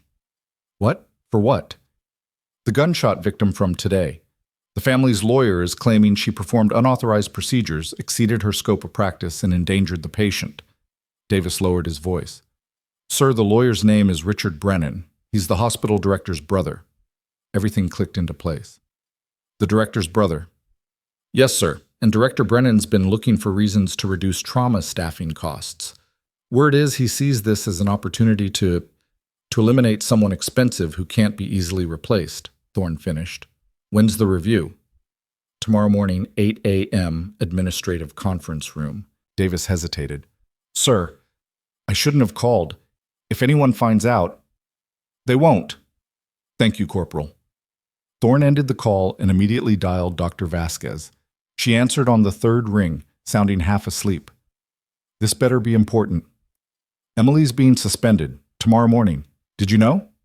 A pause. Then Vasquez was fully awake, her voice sharp. What are you talking about? Thorne explained what Davis had told him. Vasquez swore quietly but viciously. Brennan's been trying to cut trauma funding for months. Claims we're overstaffed, that we can handle the load with fewer nurses. I told him he was wrong, but he doesn't listen to medical staff, just budget reports. She was moving now. Thorne could hear it. Emily's the highest paid trauma nurse we have because of her experience and qualifications. If he can get rid of her, he saves money and sets a precedent for cutting others. Exactly. Damn it. I need to call legal, get ahead of this. What can I do? Nothing. This is internal hospital politics. You're a patient, Marcus, not... I'm a Marine colonel with 30 years of experience fighting bureaucratic battles, and I owe Emily Carter my life. Thorne was already pulling on his shoes. Where's the administrative conference room? Marcus, you can't just... Where is it, doctor? Vasquez was quiet for a moment. Then, 3rd floor, east wing. But if you're going to do this, do it right. I'll send you something that might help. Send it. Thorne spent the rest of the night reading the documents Vasquez emailed him, budget reports, staffing analyses, incident reviews, and he made calls to his commanding officer, to colleagues who owed him favors, to people who understood how to fight battles that didn't involve bullets. By 7:45 a.m., he was standing outside the administrative conference room wearing his dress uniform, medals gleaming, looking every inch the decorated Marine colonel he was. Emily arrived at 7:50, wearing clean scrubs and a carefully neutral expression. She saw Thorne and stopped dead. What are you doing here? I'm here to testify on your behalf. Testify? Emily's eyes widened. How did you even know about this? I have sources, and I'm not letting them railroad you. Marcus, this isn't your fight. Yes, it is. You saved my life, twice. That makes it very much my fight. He met her eyes. Let me help you. By doing what? Wearing your uniform and intimidating civilians? Emily's voice was harsh. This is administrative review, not a court-martial. Your rank doesn't mean anything here. My rank means I know how to recognize competence when I see it, and how to fight institutional corruption. Thorne stepped closer, lowered his voice. They're coming after you because you're expensive and effective. Because getting rid of you sets a precedent. You know that, right? Emily's jaw tightened. I know. Then let me help. Why? Why do you even care? Emily's voice cracked slightly. You didn't know me a week ago. You insulted me to my face, and now you're, what, playing white knight because you feel guilty? No, I'm doing this because you deserve better than to be sacrificed on the altar of budget cuts. Thorne's voice was firm, and because someone needs to stand up and say that what you do matters more than what it costs. The conference room door opened. A middle-aged man in an expensive suit looked out. Ms. Carter, we're ready for you. Emily looked at Thorne for a long moment. Then, quietly, don't make me regret this. I won't. They entered together. The room was set up like a tribunal. Director Brennan sat at the head of the table, flanked by 2 administrators Thorne didn't recognize. On the opposite side sat a lawyer, expensive suit, practiced smile, the brother Davis had mentioned. Dr. Vasquez was there, looking like she'd slept in her clothes. A court reporter sat in the corner, fingers poised over keys. Director Brennan looked up and frowned when he saw Thorne. Colonel Thorne, this is a closed administrative hearing. I'm here as a witness. You're not on the witness list. Then add me. Thorne's voice carried command authority that made the administrators shift uncomfortably. I have relevant testimony regarding Ms. Carter's competence and conduct. The lawyer, Richard Brennan, based on the family resemblance, leaned forward. Director Brennan, I don't see how a patient's testimony is relevant to questions of medical procedure and scope of practice.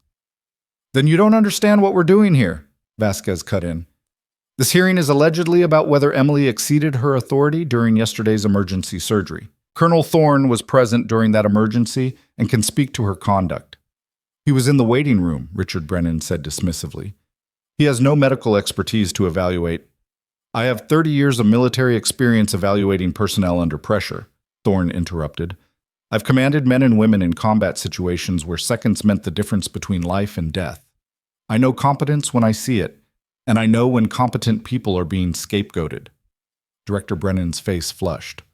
Colonel, I appreciate your service, but this is a medical facility with protocols and yesterday those protocols saved a 19-year-old's life, Thorne said flatly. Would you prefer Emily had followed procedure and let him die? No one is suggesting. That's exactly what you're suggesting. Thorne pulled out the documents Vasquez had sent him. I've reviewed your budget proposals. You're looking to cut trauma nursing staff by 30%. Emily Carter represents 20% of your trauma nursing salary expenditure. If you can eliminate her position by claiming she's a liability, you solve your budget problem. Richard Brennan stood up. This is inappropriate. Colonel Thorne is making accusations without evidence. I have your budget memos. I have internal emails discussing overstaffed trauma response. I have documentation showing this hospital's trauma survival rates are the highest in the state specifically because of nurses like Emily. Thorne set the papers on the table. What I don't have is any evidence that Emily did anything wrong yesterday except save a life. The room went silent. Director Brennan looked at the papers, then at his brother, then at Emily. Ms. Carter, did you or did you not perform a hepatic artery repair yesterday? No, Emily said calmly. Dr. Vasquez performed the repair. I provided support, maintained bleeding control, and monitored vitals, all within my scope of practice as a trauma nurse. The surgical notes indicate you made critical decisions about the approach. I provided recommendations based on my assessment of the patient's condition, Emily interrupted, which Dr. Vasquez, as the surgeon of record, either accepted or rejected based on her medical judgment. That's how trauma teams work, Director. The surgeon has final authority, but relies on nursing staff for real-time assessment and support. Sounds like you're admitting you overstepped. I'm admitting I did my job, Emily said, her voice steel. The job you hired me to do. The job I've done successfully for 8 months, with a patient survival rate that exceeds national averages by 17%. Richard Brennan shuffled papers. The family's complaint specifically states, the family's complaint was filed by you before you even spoke to the family, Vasquez interjected. I contacted them this morning. They're grateful their son is alive. They have no complaints about the care he received. Richard Brennan's face went red. I spoke to them yesterday. You spoke to them while they were in shock and suggested there might be grounds for legal action, Vasquez said coldly. That's witness tampering, counselor, and it's grounds for ethics complaints. Director Brennan held up a hand. Everyone calm down. No. Emily stood up. Let's not calm down. Let's be very clear about what this is. You want to fire me because I'm expensive and because it'll let you cut more staff and save money. Fine. Fire me. But don't pretend this is about patient care or protocols or anything except your bottom line. Ms. Carter, I've spent 15 years saving lives in places you can't even imagine. I've performed medicine under conditions that would make your worst day look like a vacation. And I came here because I thought I could keep doing that work without getting shot at. Emily's voice didn't rise, but the force behind it filled the room. But if you want me gone, I'm gone. Just have the courage to admit why. The silence that followed was absolute. Then Thorne stood. For the record, I'd like to state that Ms. Carter saved my life 3 times in the past week. Once in your waiting room when I collapsed. Once during cardiac arrest when she performed compressions for 7 minutes straight.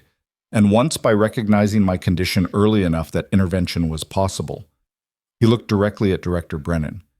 If you fire her, you're not just losing a nurse. You're losing the person who keeps this facility's trauma program functional. And when survival rates drop, when families start asking why their loved ones didn't make it, you'll have to explain that you chose budget cuts over patient care. Director Brennan's hands were shaking slightly. This is highly irregular. So is trying to fire someone for being good at their job, Thorne said. The door opened. A young administrator poked her head in, looking terrified. Director Brennan, there's someone here to see you. They say it's urgent. I'm in a meeting. Sir, it's Congressman Michaels, and he has several news crews with him. Every head in the room turned. Director Brennan stood slowly. What? He's in the lobby. He's asking about budget cuts to trauma services and requesting a statement. The administrator swallowed hard. What should I tell him? Thorne pulled out his phone, checked a message, and smiled grimly. I may have mentioned to a few people that this hearing was taking place. People who care about veteran medical services. People with platforms.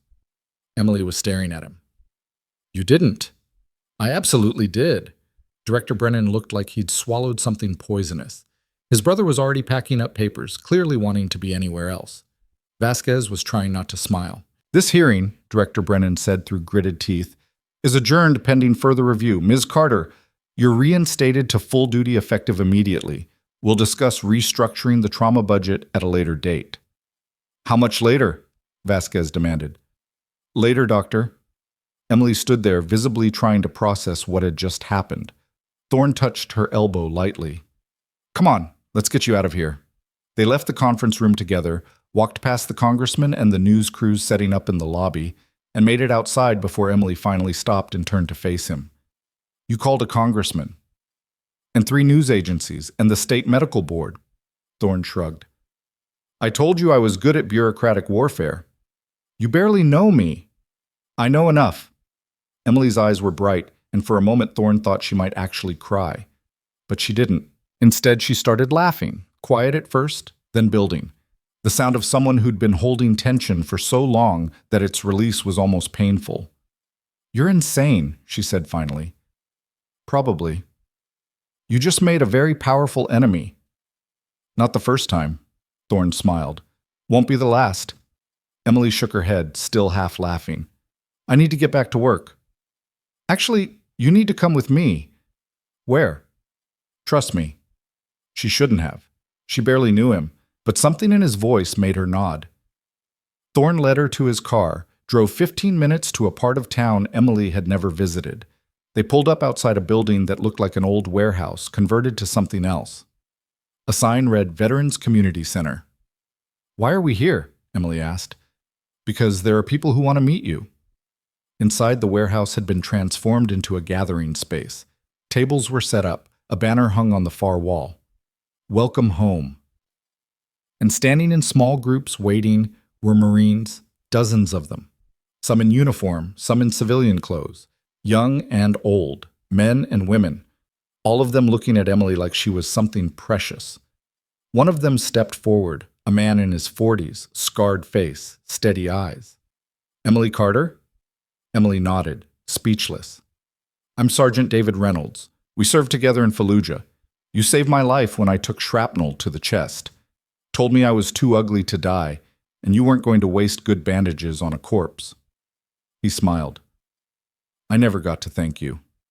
Another Marine stepped up, a woman, younger, with prosthetic legs. I'm Lieutenant Sarah Chen. You kept me alive long enough to reach evacuation after an IED took my legs. They said I should have died from blood loss. You said death could wait. More stepped forward, one by one, each with a story, each with a life Emily had saved. Thorne watched her face as understanding dawned. I made some calls after I found out about your service record, tracked down people who served with you, who owe you their lives. They wanted to be here today. Emily's voice was barely a whisper. How many? 43. So far. There are more who couldn't make it. Emily looked at the faces surrounding her. Young Marines she remembered as broken and bleeding, now whole, now alive. Now looking at her with the kind of respect that couldn't be faked or bought or demanded. She'd spent 15 years trying to forget Fallujah, trying to put distance between herself and the war, trying to be just another nurse in just another hospital. But these people wouldn't let her forget, wouldn't let her diminish what she'd done. They'd come to say thank you, to say we remember, to say you matter. And Emily Carter, who'd faced down death 1,000 times without flinching, who'd performed miracles in hell and never asked for recognition, finally broke. She turned away from the gathered Marines, hands covering her face, shoulders shaking with sobs she'd held back for more than a decade.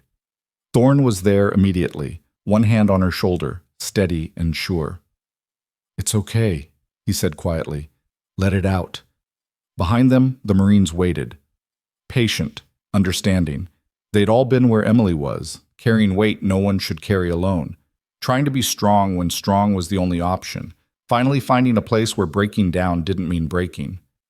When Emily finally turned back, her face wet with tears but her eyes clear, she found Sergeant Reynolds holding out a folded flag. We wanted you to have this, he said, from all of us, because you carried us when we couldn't carry ourselves.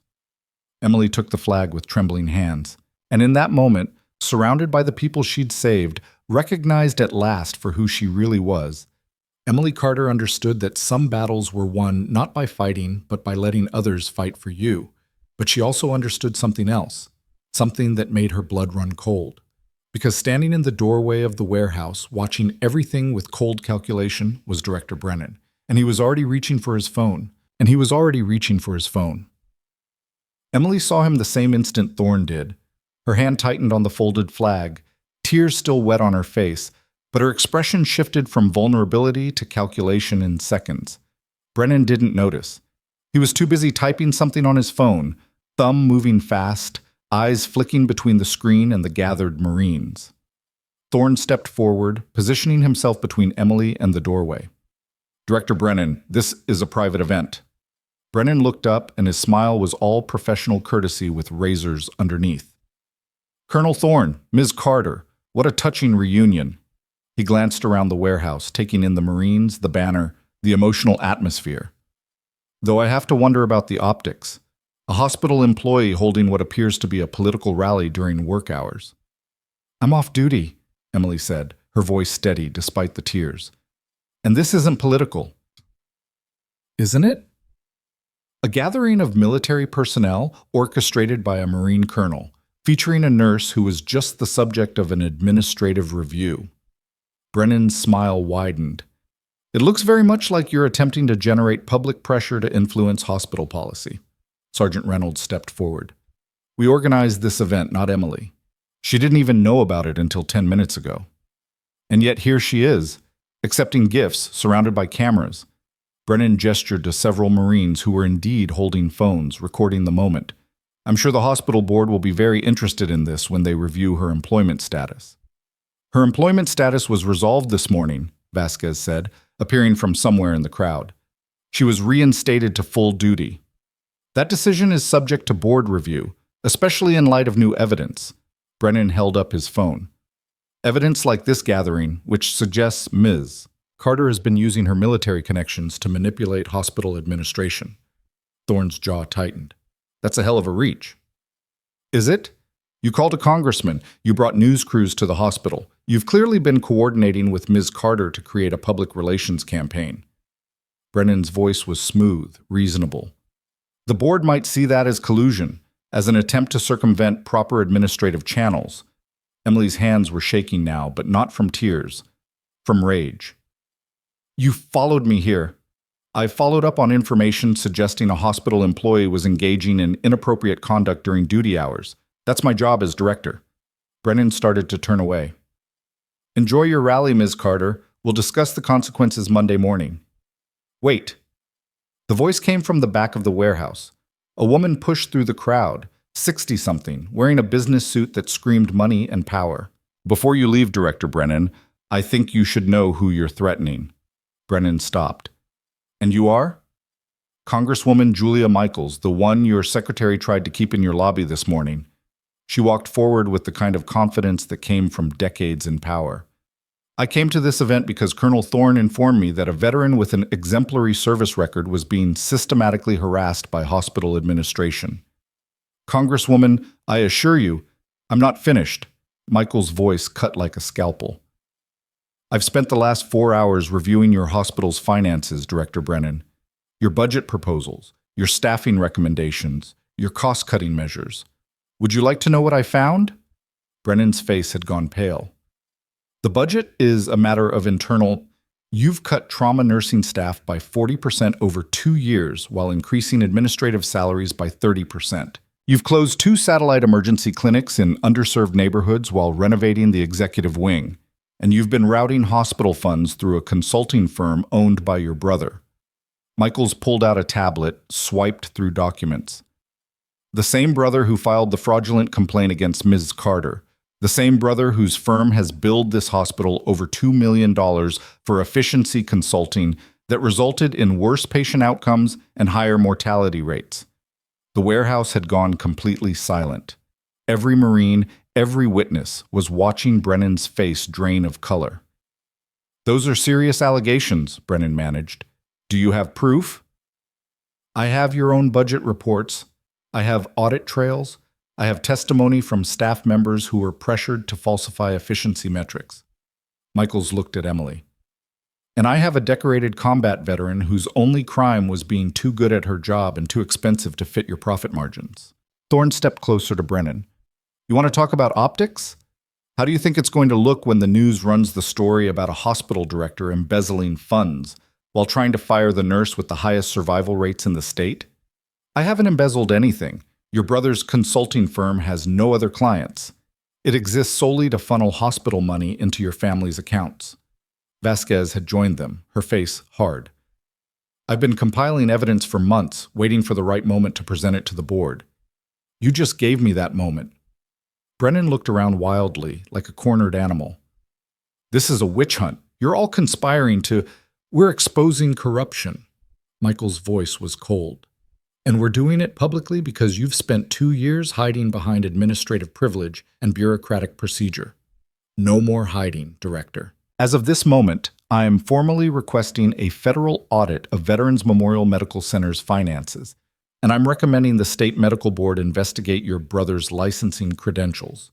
You can't. I absolutely can. I sit on the House Committee on Veterans Affairs. This hospital receives federal funding, which means I have oversight authority. Michaels nodded to someone in the crowd. A man in a suit stepped forward, FBI, based on the credentials he was flashing. Agent Morrison will be collecting your phone and any other devices in your possession.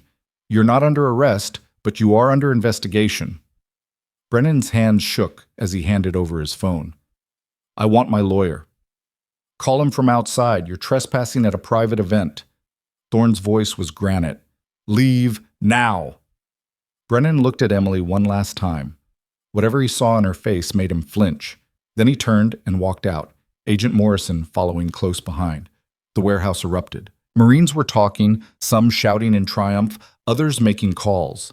Vasquez was already on her phone, presumably contacting the hospital board. Michaels was giving instructions to her staff. Emily stood in the center of it all, still holding the folded flag, looking dazed. Thorne touched her shoulder. You okay? I don't know. Emily's voice was distant. This morning, I was being fired. Now the director's under federal investigation. How did this happen so fast? Because you stopped being quiet.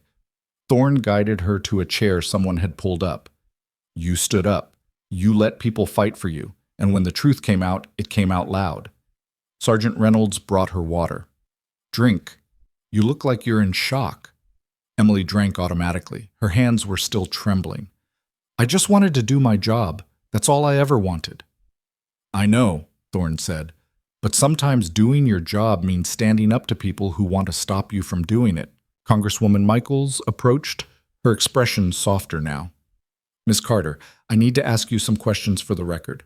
About your service, your qualifications, and the circumstances that led to this morning's hearing. Are you willing to provide testimony? Emily looked at Thorne. He nodded slightly. She turned back to Michaels. Yes. I'll tell you everything. Good. My office will schedule a formal interview, but for now I just need to know, are there other staff members who've been targeted by Director Brennan's cost-cutting measures? Yes. Vasquez joined them.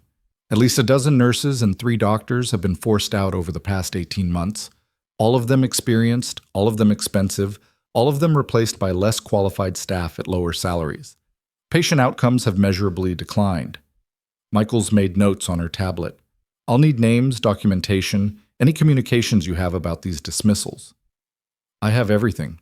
I've been documenting for months, waiting for... Vasquez glanced at Emily. Waiting for someone who wouldn't break under the pressure. Someone who'd stand up.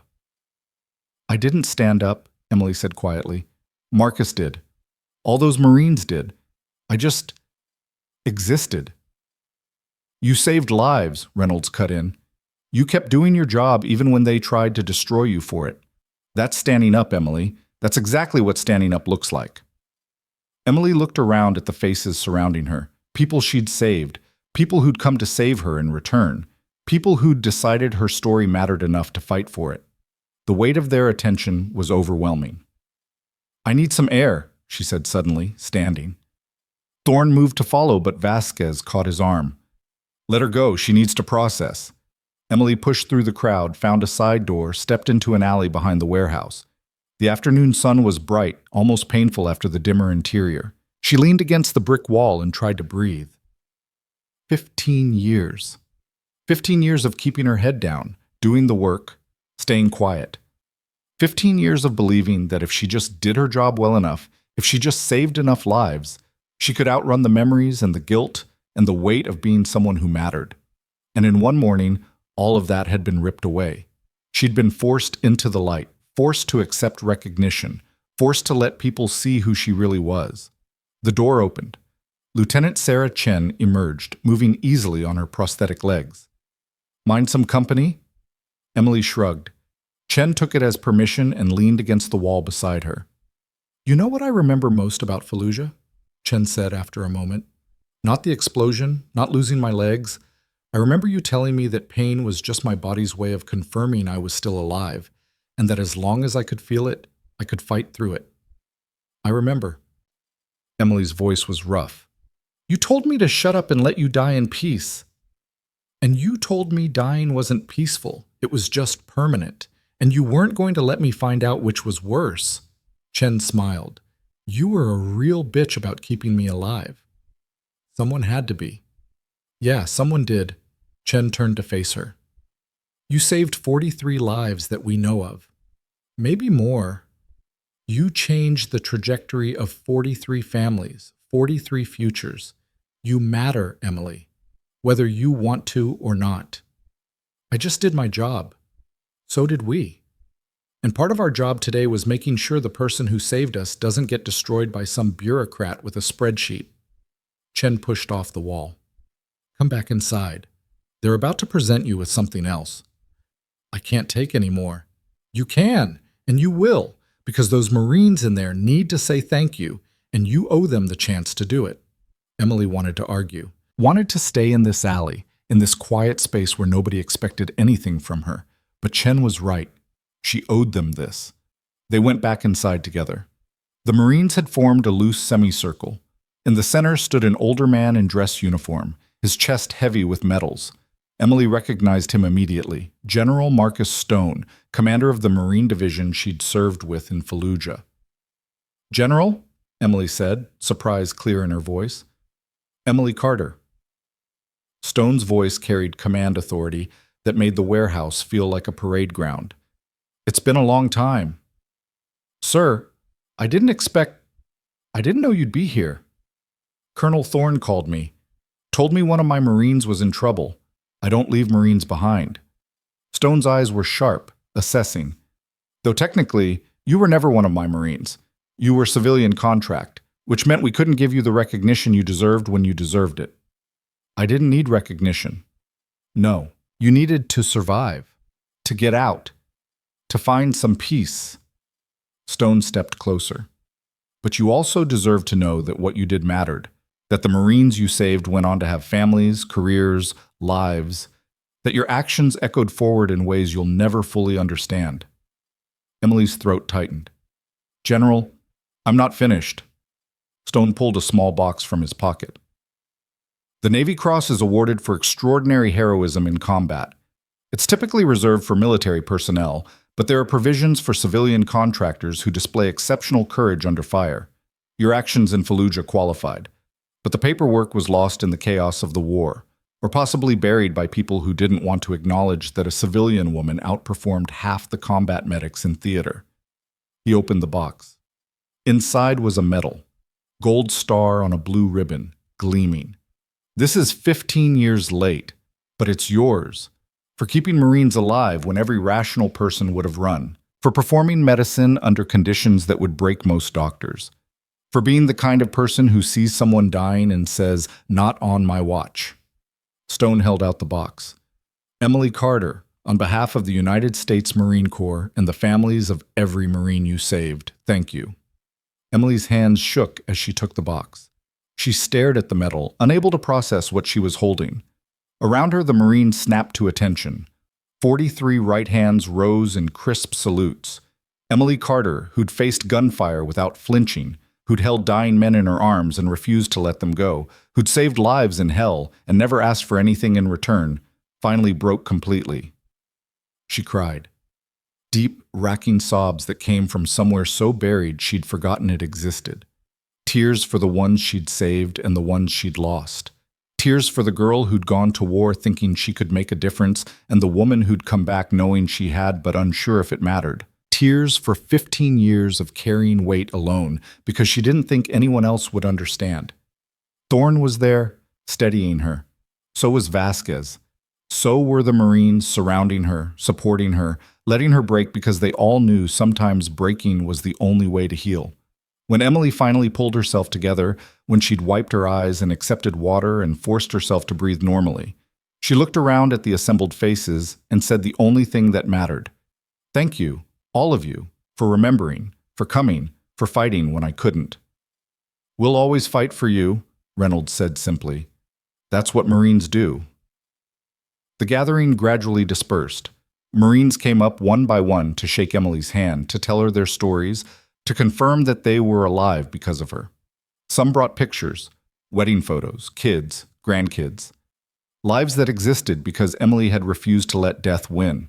By the time the warehouse was empty except for Emily, Thorne, Vasquez, and Congresswoman Michaels, the sun was setting outside. Michaels approached Emily with a folder. I need you to sign some documents. Authorization for me to access your service records, permission to use your testimony in the investigation, that sort of thing. Emily signed without reading. She was beyond caring about procedure. There's one more thing, Michaels said carefully. The publicity around this case is going to be significant. Once the investigation goes public, you're going to be in the spotlight. Media requests, interview offers, probably some unwanted attention. Are you prepared for that? No. Emily's voice was flat. But I'll deal with it. You won't have to deal with it alone, Thorne said. The Marines will run interference, so will my office. We'll make sure the story stays focused on Brennan's corruption, not on your personal history. Can you promise that? No, but I can promise we'll try. Emily nodded slowly. Okay, then we try. Vasquez's phone buzzed. She checked it, and her expression shifted to something fierce and satisfied. The hospital board just voted. Emergency session. Brennan's suspended pending investigation. I'm interim director until they appoint someone permanent. Congratulations, Michaels said. Don't congratulate me yet. I have to fix 2 years of damage in a facility that's hemorrhaging staff and money. Vasquez looked at Emily. First order of business. You're promoted to senior trauma coordinator. Significant raise, authority to hire additional staff, and a direct line to my office if anyone tries to interfere with your work again. Emily blinked. I don't care what you want. I care about what this hospital needs. And it needs you in a position where you can actually affect change instead of just putting out fires. Vasquez's voice softened. Please, Emily, help me fix this place.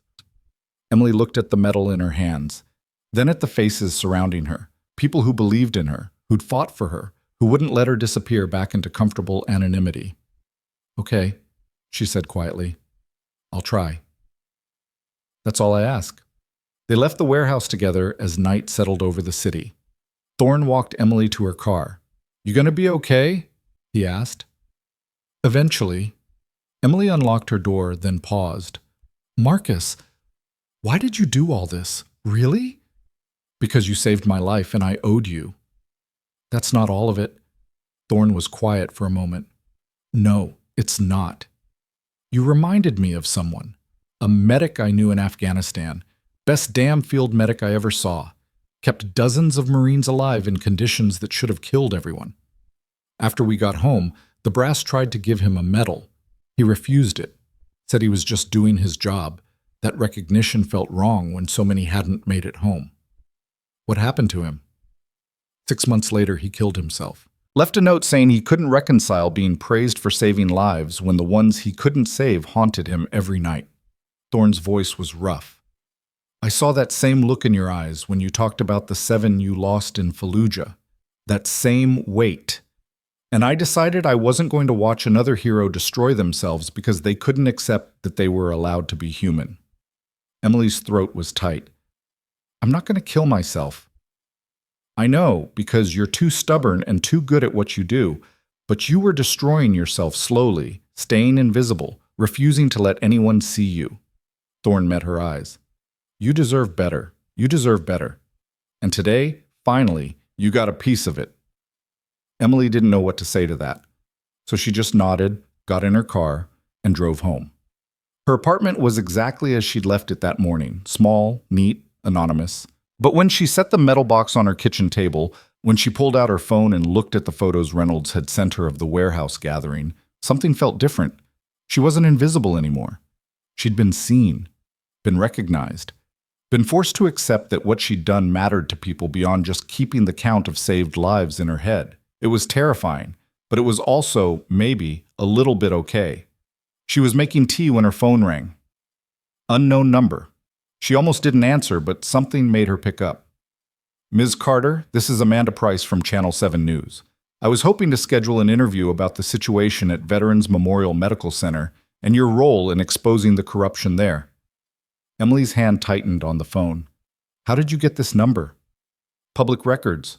Ms. Carter, the public has a right to know what happened. Your story isn't public property. Emily kept her voice level. I appreciate your interest, but I won't be giving interviews. But the Marines at the ceremony today said things about their own experiences, not mine. If you want to cover this story, focus on Director Brennan's corruption and the staff he hurt. Leave me out of it. Ms. Carter, you're a hero. People should know that healthcare systems need oversight and staff need protection from administrative abuse. That's the story, not me.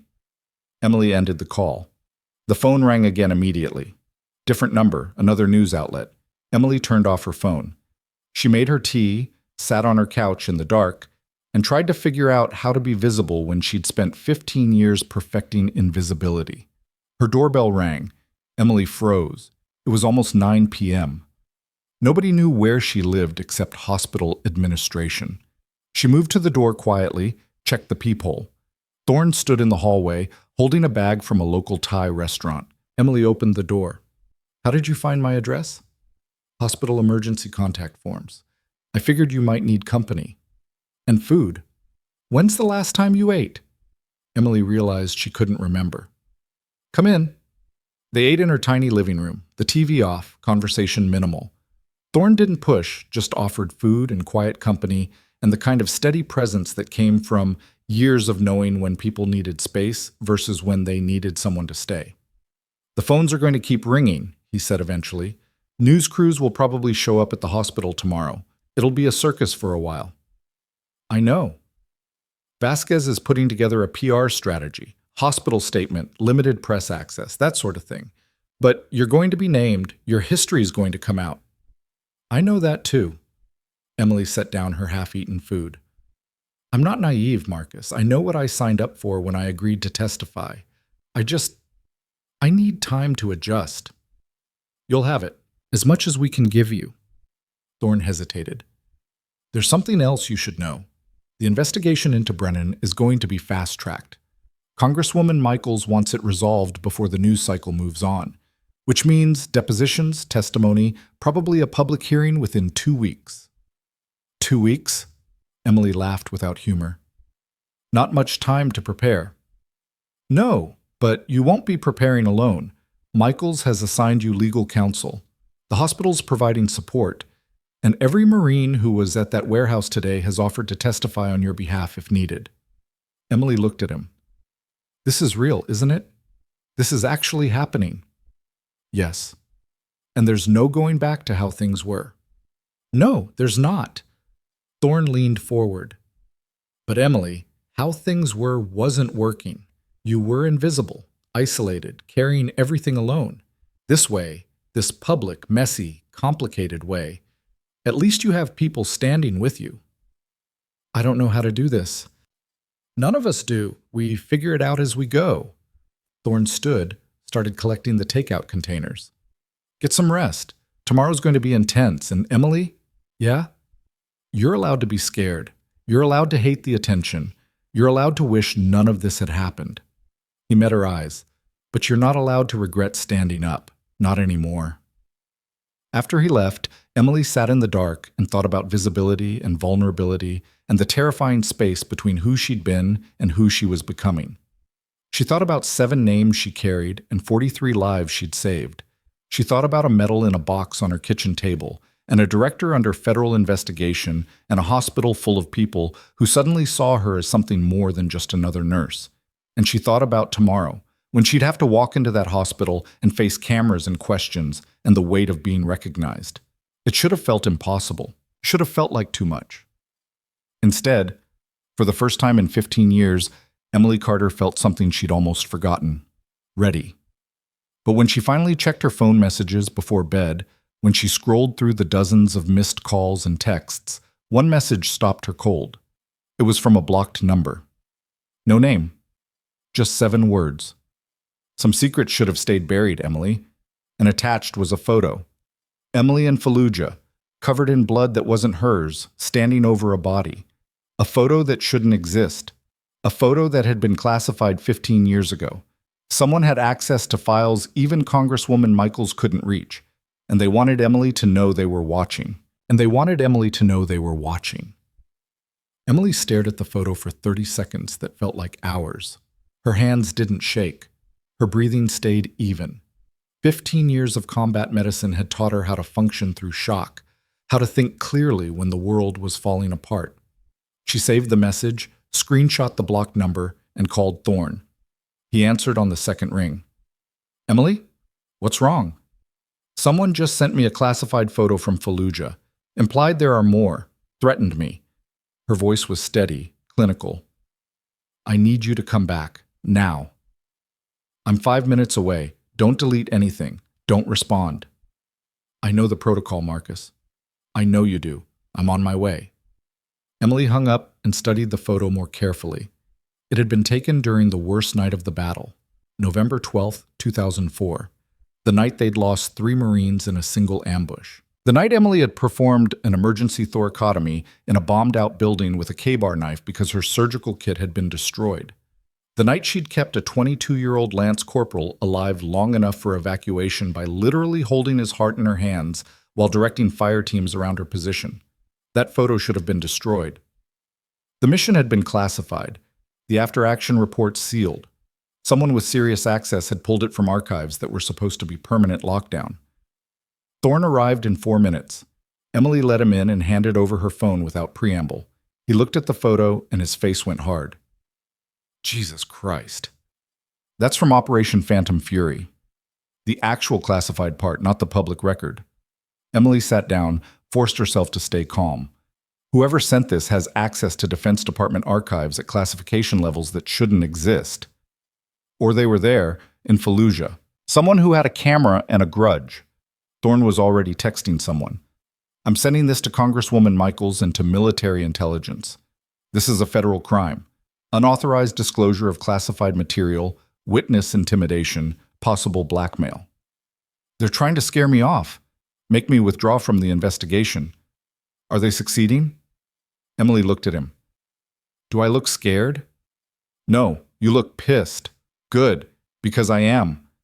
Emily stood, started pacing. I spent 15 years running from this, from who I was, what I did, the weight of being recognized. I convinced myself that staying invisible was safer, smarter, better for everyone. And you know what? It was just cowardice dressed up as humility. Thorne's phone buzzed. He checked it, frowned. Michaels is looping in FBI cybercrime and military CID. They're going to trace the message, but it'll take time. She wants you in protective custody until... No, Emily, no, I'm not hiding, not anymore. Emily stopped pacing, turned to face him. Whoever sent this thinks they can intimidate me, thinks I'll back down, stay quiet, let Brennan and his corruption continue. They're wrong. They have classified intel. They could destroy your reputation, leak information that what? Shows I saved lives under impossible circumstances? Shows I did things that were necessary even if they weren't pretty? Emily's voice was steel. Let them leak it. Let them show the world exactly who I am and what I've done. I'm done being ashamed of keeping people alive. Thorne stared at her for a moment, then smiled grimly. There's the Emily Carter who held off an insurgent advance while performing surgery. I was wondering when she'd show up. She never left. She was just tired of fighting. Emily took back her phone. Not anymore. They spent the next 2 hours coordinating with federal investigators, providing statements, turning over evidence. By midnight, FBI agents had Emily's phone for forensic analysis, and military investigators were pulling service records for everyone who'd been in Fallujah during the relevant time frame. Thorne made coffee. Terrible coffee, but Emily drank it anyway. And they sat in her small living room waiting for answers that might not come until morning. Tell me about the photo, Thorne said eventually. The context. Emily was quiet for a long moment, then, Lance Corporal David Martinez, 22 years old from San Diego, took shrapnel to the chest during an ambush. His heart was lacerated, bleeding into the pericardium. Standard protocol is immediate evacuation, but we were pinned down, taking fire from 3 directions. Evac wasn't coming for at least an hour. So you operated. I cracked his chest with a Ka-bar knife and held his heart together with my hands until the bleeding stabilized. Kept him alive for 73 minutes while Marines fought around me. Emily's voice was distant, remembering. The photo was taken by his squad leader. I didn't know about it until years later when I requested my service records. It was classified, buried, supposed to be forgotten. But Martinez lived. He lived, married his high school sweetheart 2 years later, has 3 kids now, sends me a Christmas card every year, even though I never respond. Emily smiled sadly. I saved his life, and someone took a photo, and now 15 years later that photo is being used to threaten me. The universe has a sick sense of humor. Thorne's phone buzzed again. He checked it, and his expression shifted. Emily. They traced the message. Already? It came from inside the hospital network, sent from Director Brennan's office computer. Emily felt something cold settle in her chest. He's suspended. He shouldn't have access. His office was sealed pending investigation, but IT confirms the message originated from his desktop. Thorne was already calling someone, which means either he still has access or someone's using his computer to frame him. Or someone on his payroll is doing his dirty work. Within 20 minutes, FBI agents were at the hospital. Within an hour, they'd confirmed that Brennan's office had been accessed using his credentials at 8:47 p.m., exactly when Emily received the threatening message. But security footage showed Brennan at his home during that time, which meant someone else had his passwords. The investigation widened. Hospital IT was pulled in, access logs examined, security protocols reviewed, and at 2:30 a.m., they found it. Richard Brennan, the director's brother, had been given administrative access to hospital systems 2 years ago under the guise of efficiency consulting. He'd been in the system when the message was sent, and when FBI agents went to his home to question him, they found something else. A file cabinet full of classified documents purchased from a discharged Marine with debts and no conscience. Richard Brennan was arrested at 3:15 a.m. on charges of unauthorized disclosure of classified information, witness intimidation, and conspiracy to commit fraud. By the time the sun rose, both Brennan brothers were in federal custody, and the investigation had exploded into a multi-agency task force examining corruption that went far beyond one hospital. Emily got the news from Congresswoman Michaels at 6 a.m., sitting in her living room with cold coffee and Thorne asleep on her couch. It's over, Michaels said without preamble. The Brennans are finished. The hospital board is demanding a complete restructuring, and your testimony is no longer just about workplace harassment. It's evidence in a federal corruption case. How did they get the classified files? Bought them from a former Marine who needed money. We're still tracking down the full network, but it looks like Richard Brennan was selling military intel to private consulting firms who used it to manipulate veterans into bad business deals. Michael's voice was hard. You weren't his first target, just his biggest mistake. Because I didn't break. Because you stood up, and when you stood up, 43 Marines stood with you, and that created enough noise that we could finally see the corruption underneath. Michaels paused. Emily, this is going to be major news, not just local, national. Your story, your service, everything. Are you ready? Emily looked at Thorne sleeping on her couch, at the metal box on her kitchen table, at her phone showing dozens of messages from people who wanted her story. No, she said honestly, but I'll do it anyway. The next week was a blur. News crews outside the hospital, reporters calling day and night, Marines organizing a public support campaign, the hospital board holding emergency sessions to address the corruption and implement oversight. And through it all, Emily kept working. She showed up for her shifts, treated her patients, supervised her team. When reporters tried to corner her in the parking lot, Marines formed a human shield until hospital security could intervene. When news outlets demanded interviews, Vasquez's PR team handled the requests with military precision. Emily gave one interview, just one, to a veteran-focused news outlet on her terms, with Thorne and Vasquez present. The reporter was a former Army sergeant who understood what it meant to serve.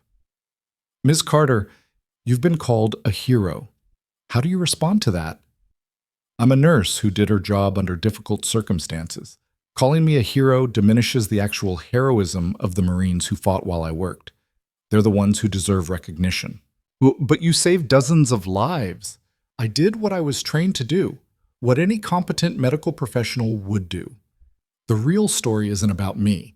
It's about a healthcare system that tried to punish competence because it was expensive, and about the people who stood up to demand better. The Brennan brothers have been arrested. How does that feel?" "Like justice. Long overdue, but still justice." Emily met the camera directly. "But the bigger issue is systemic. One corrupt administrator is gone. But there are others.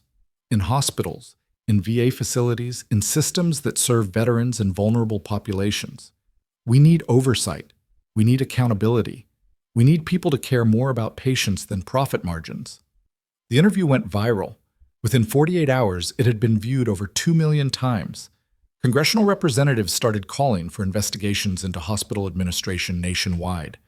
Veterans organizations began auditing facilities. The story grew beyond Emily, beyond one hospital, into something that actually mattered. 2 weeks after the arrest, the hospital held a press conference. Dr. Vasquez, now officially appointed as director, stood at a podium with Emily beside her. "Today marks a new chapter for Veterans Memorial Medical Center," Vasquez announced. "We're implementing comprehensive oversight measures, increasing trauma staffing, and establishing an independent review board to prevent future administrative abuse. And I'm proud to announce that Emily Carter has been promoted to Chief of Trauma Services, with full authority to rebuild our emergency response capabilities." The assembled press erupted with questions. Vasquez handled them with practiced ease while Emily stood silent, letting her new title speak for itself. After the conference, after the reporters dispersed, after the hospital staff celebrated with cheap champagne in the break room, Emily found herself alone in her new office, bigger than her old workspace, with windows overlooking the emergency bay. Thorne knocked on the open door. "How's it feel?" "Surreal. Yesterday, I was just a nurse. Today, I'm Chief of Trauma Services." "You were never just anything." Thorne came in, looked around the office. "You going to put the medal up? Make it official?" Emily glanced at the Navy Cross, still in its box on her desk. "Maybe. Eventually. Right now it feels too much like showing off." "It's not showing off. It's showing people that competence and courage matter. That doing the hard work, the work that matters, gets recognized eventually." Thorne sat down across from her. "You're going to inspire a lot of people, Emily, whether you want to or not." "I just want to do my job." "I know. But your job now includes being visible, being a leader, being someone others look up to." He smiled. "You'll get used to it." "Will I?" "You will. Because underneath all that modesty and reluctance, you know it matters. You know that visibility creates accountability, that recognition inspires excellence, that standing up encourages others to stand up too." Thorne stood. "You've got this, Chief." After he left, Emily sat in her new office and thought about the past 3 weeks, about collapsing in a waiting room and being dismissed as unqualified, about saving a life and being threatened with termination, about Marines who remembered and fought back, about classified photos used as weapons and federal investigations that exposed rot, about the terrifying journey from invisible to seen.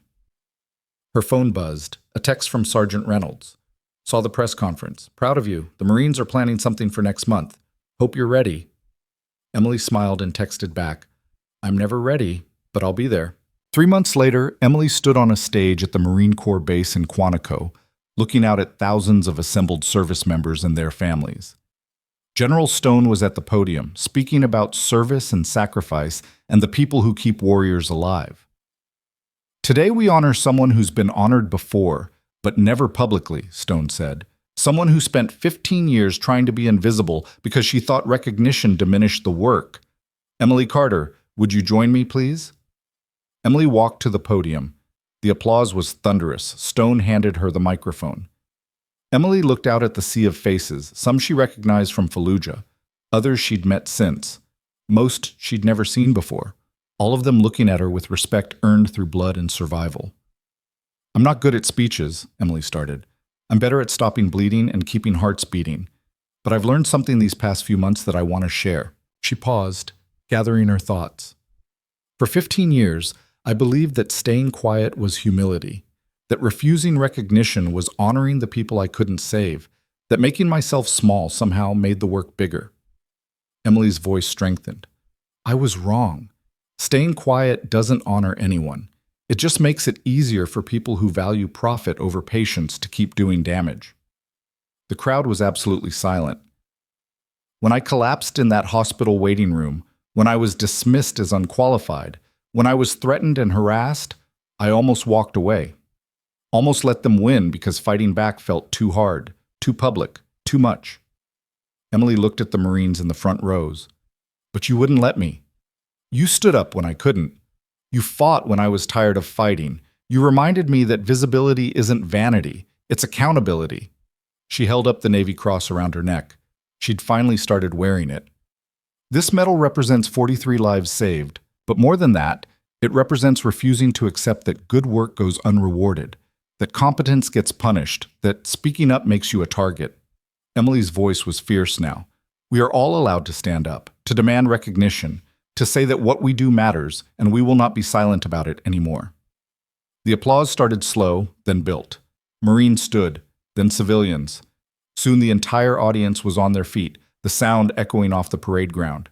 Emily stepped back from the microphone, overwhelmed. Stone saluted her, a general saluting a civilian, breaking protocol, not caring. Emily returned the salute. Later, after the ceremony, after the photographs and the handshakes and the stories shared, Emily found herself alone with Thorne on the edge of the parade ground. "You did good up there," he said. "I meant every word." "I know you did. That's why it mattered." Thorne looked out at the base, at Marines going about their business. "What's next for you? More interviews, book deals, speaking tours?" "God, I hope not," Emily laughed. "No, what's next is going back to work.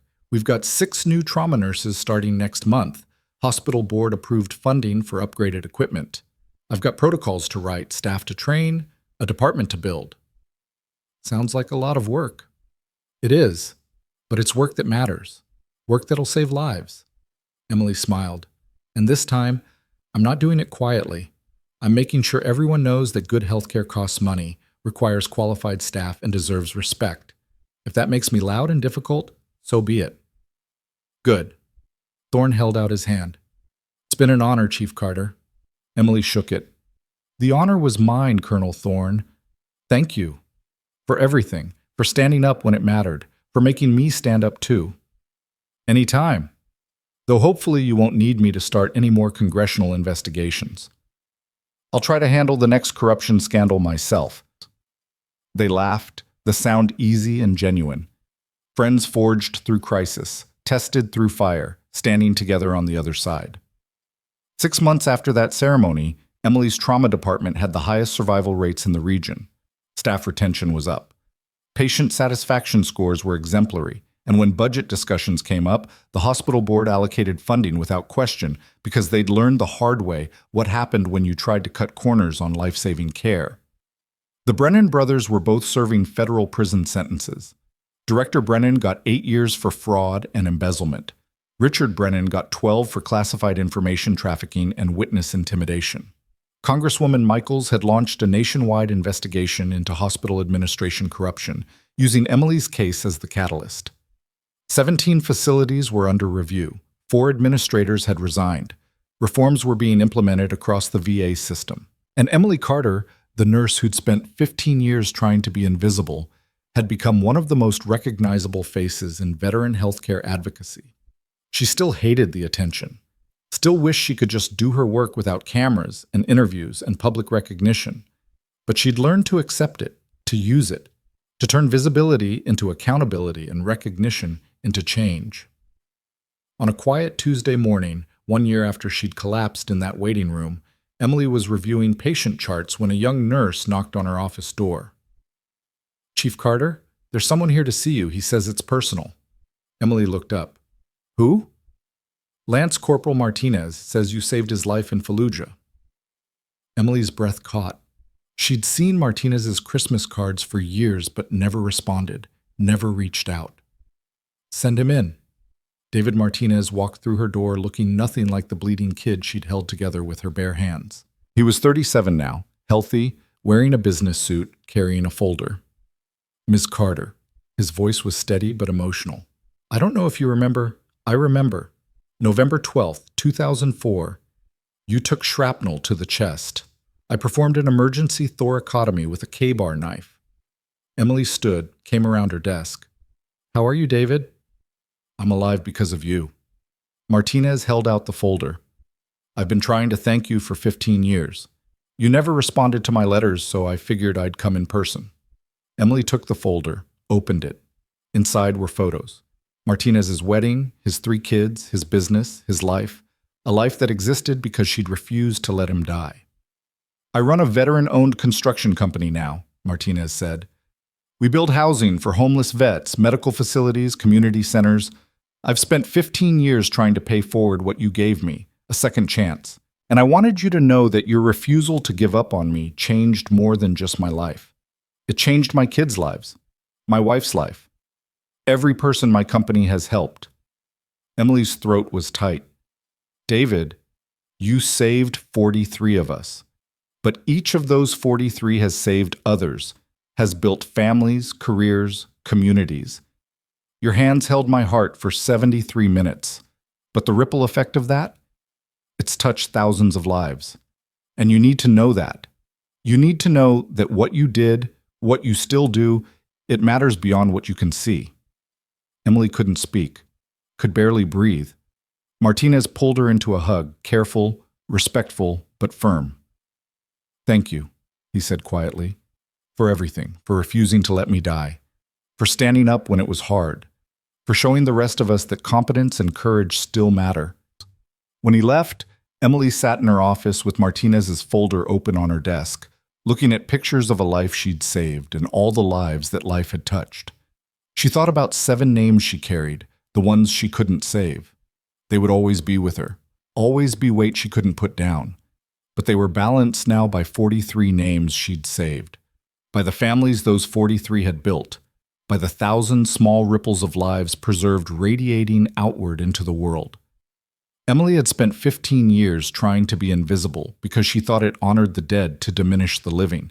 But she understood now that the best way to honor the ones she'd lost was to fight like hell for the ones she could save, to stand up, to be visible, to demand that competence be recognized and excellence be rewarded and good work be celebrated. She pulled out her phone, opened a new message to the number that sent Christmas cards every year. David, thank you for coming by today. You're right. It matters. All of it matters. Emily. The response came within seconds. It always did. You just finally see it. Proud of you, ma'am. Emily smiled, set down her phone, and got back to work. Because there were always more lives to save, more battles to fight, more people who needed someone who refused to give up. And Emily Carter, nurse, veteran, survivor, leader, was done being quiet about it. She was done being invisible. She was done pretending that her work didn't matter. The world would see her now, would know her name, would recognize that the quiet woman with faded scrubs and gray in her hair was exactly the kind of person who changed everything. Not by being loud, but by refusing to be silent when silence let corruption win, by standing up when standing was hard, by letting others stand with her when she couldn't stand alone, by understanding that strength wasn't about being unbreakable. It was about breaking, healing, and standing back up to fight again. Emily looked at the medal on her desk, at Martinez's photos, at the window overlooking the trauma bay where right now her team was saving lives. She'd been dismissed, attacked, threatened, nearly destroyed. And she'd survived, fought back, won. Not just for herself, but for every person who'd ever been told they didn't matter, weren't qualified, should stay quiet. For every veteran who'd given everything and received nothing. For every nurse working double shifts to keep patients alive while administrators cut budgets. For everyone who'd ever been invisible and deserved to be seen. Emily Carter had been seen. And she would make damn sure she used that visibility to light the way for everyone still fighting in the dark, because that's what heroes did. And whether she accepted the title or not, that's exactly what she was.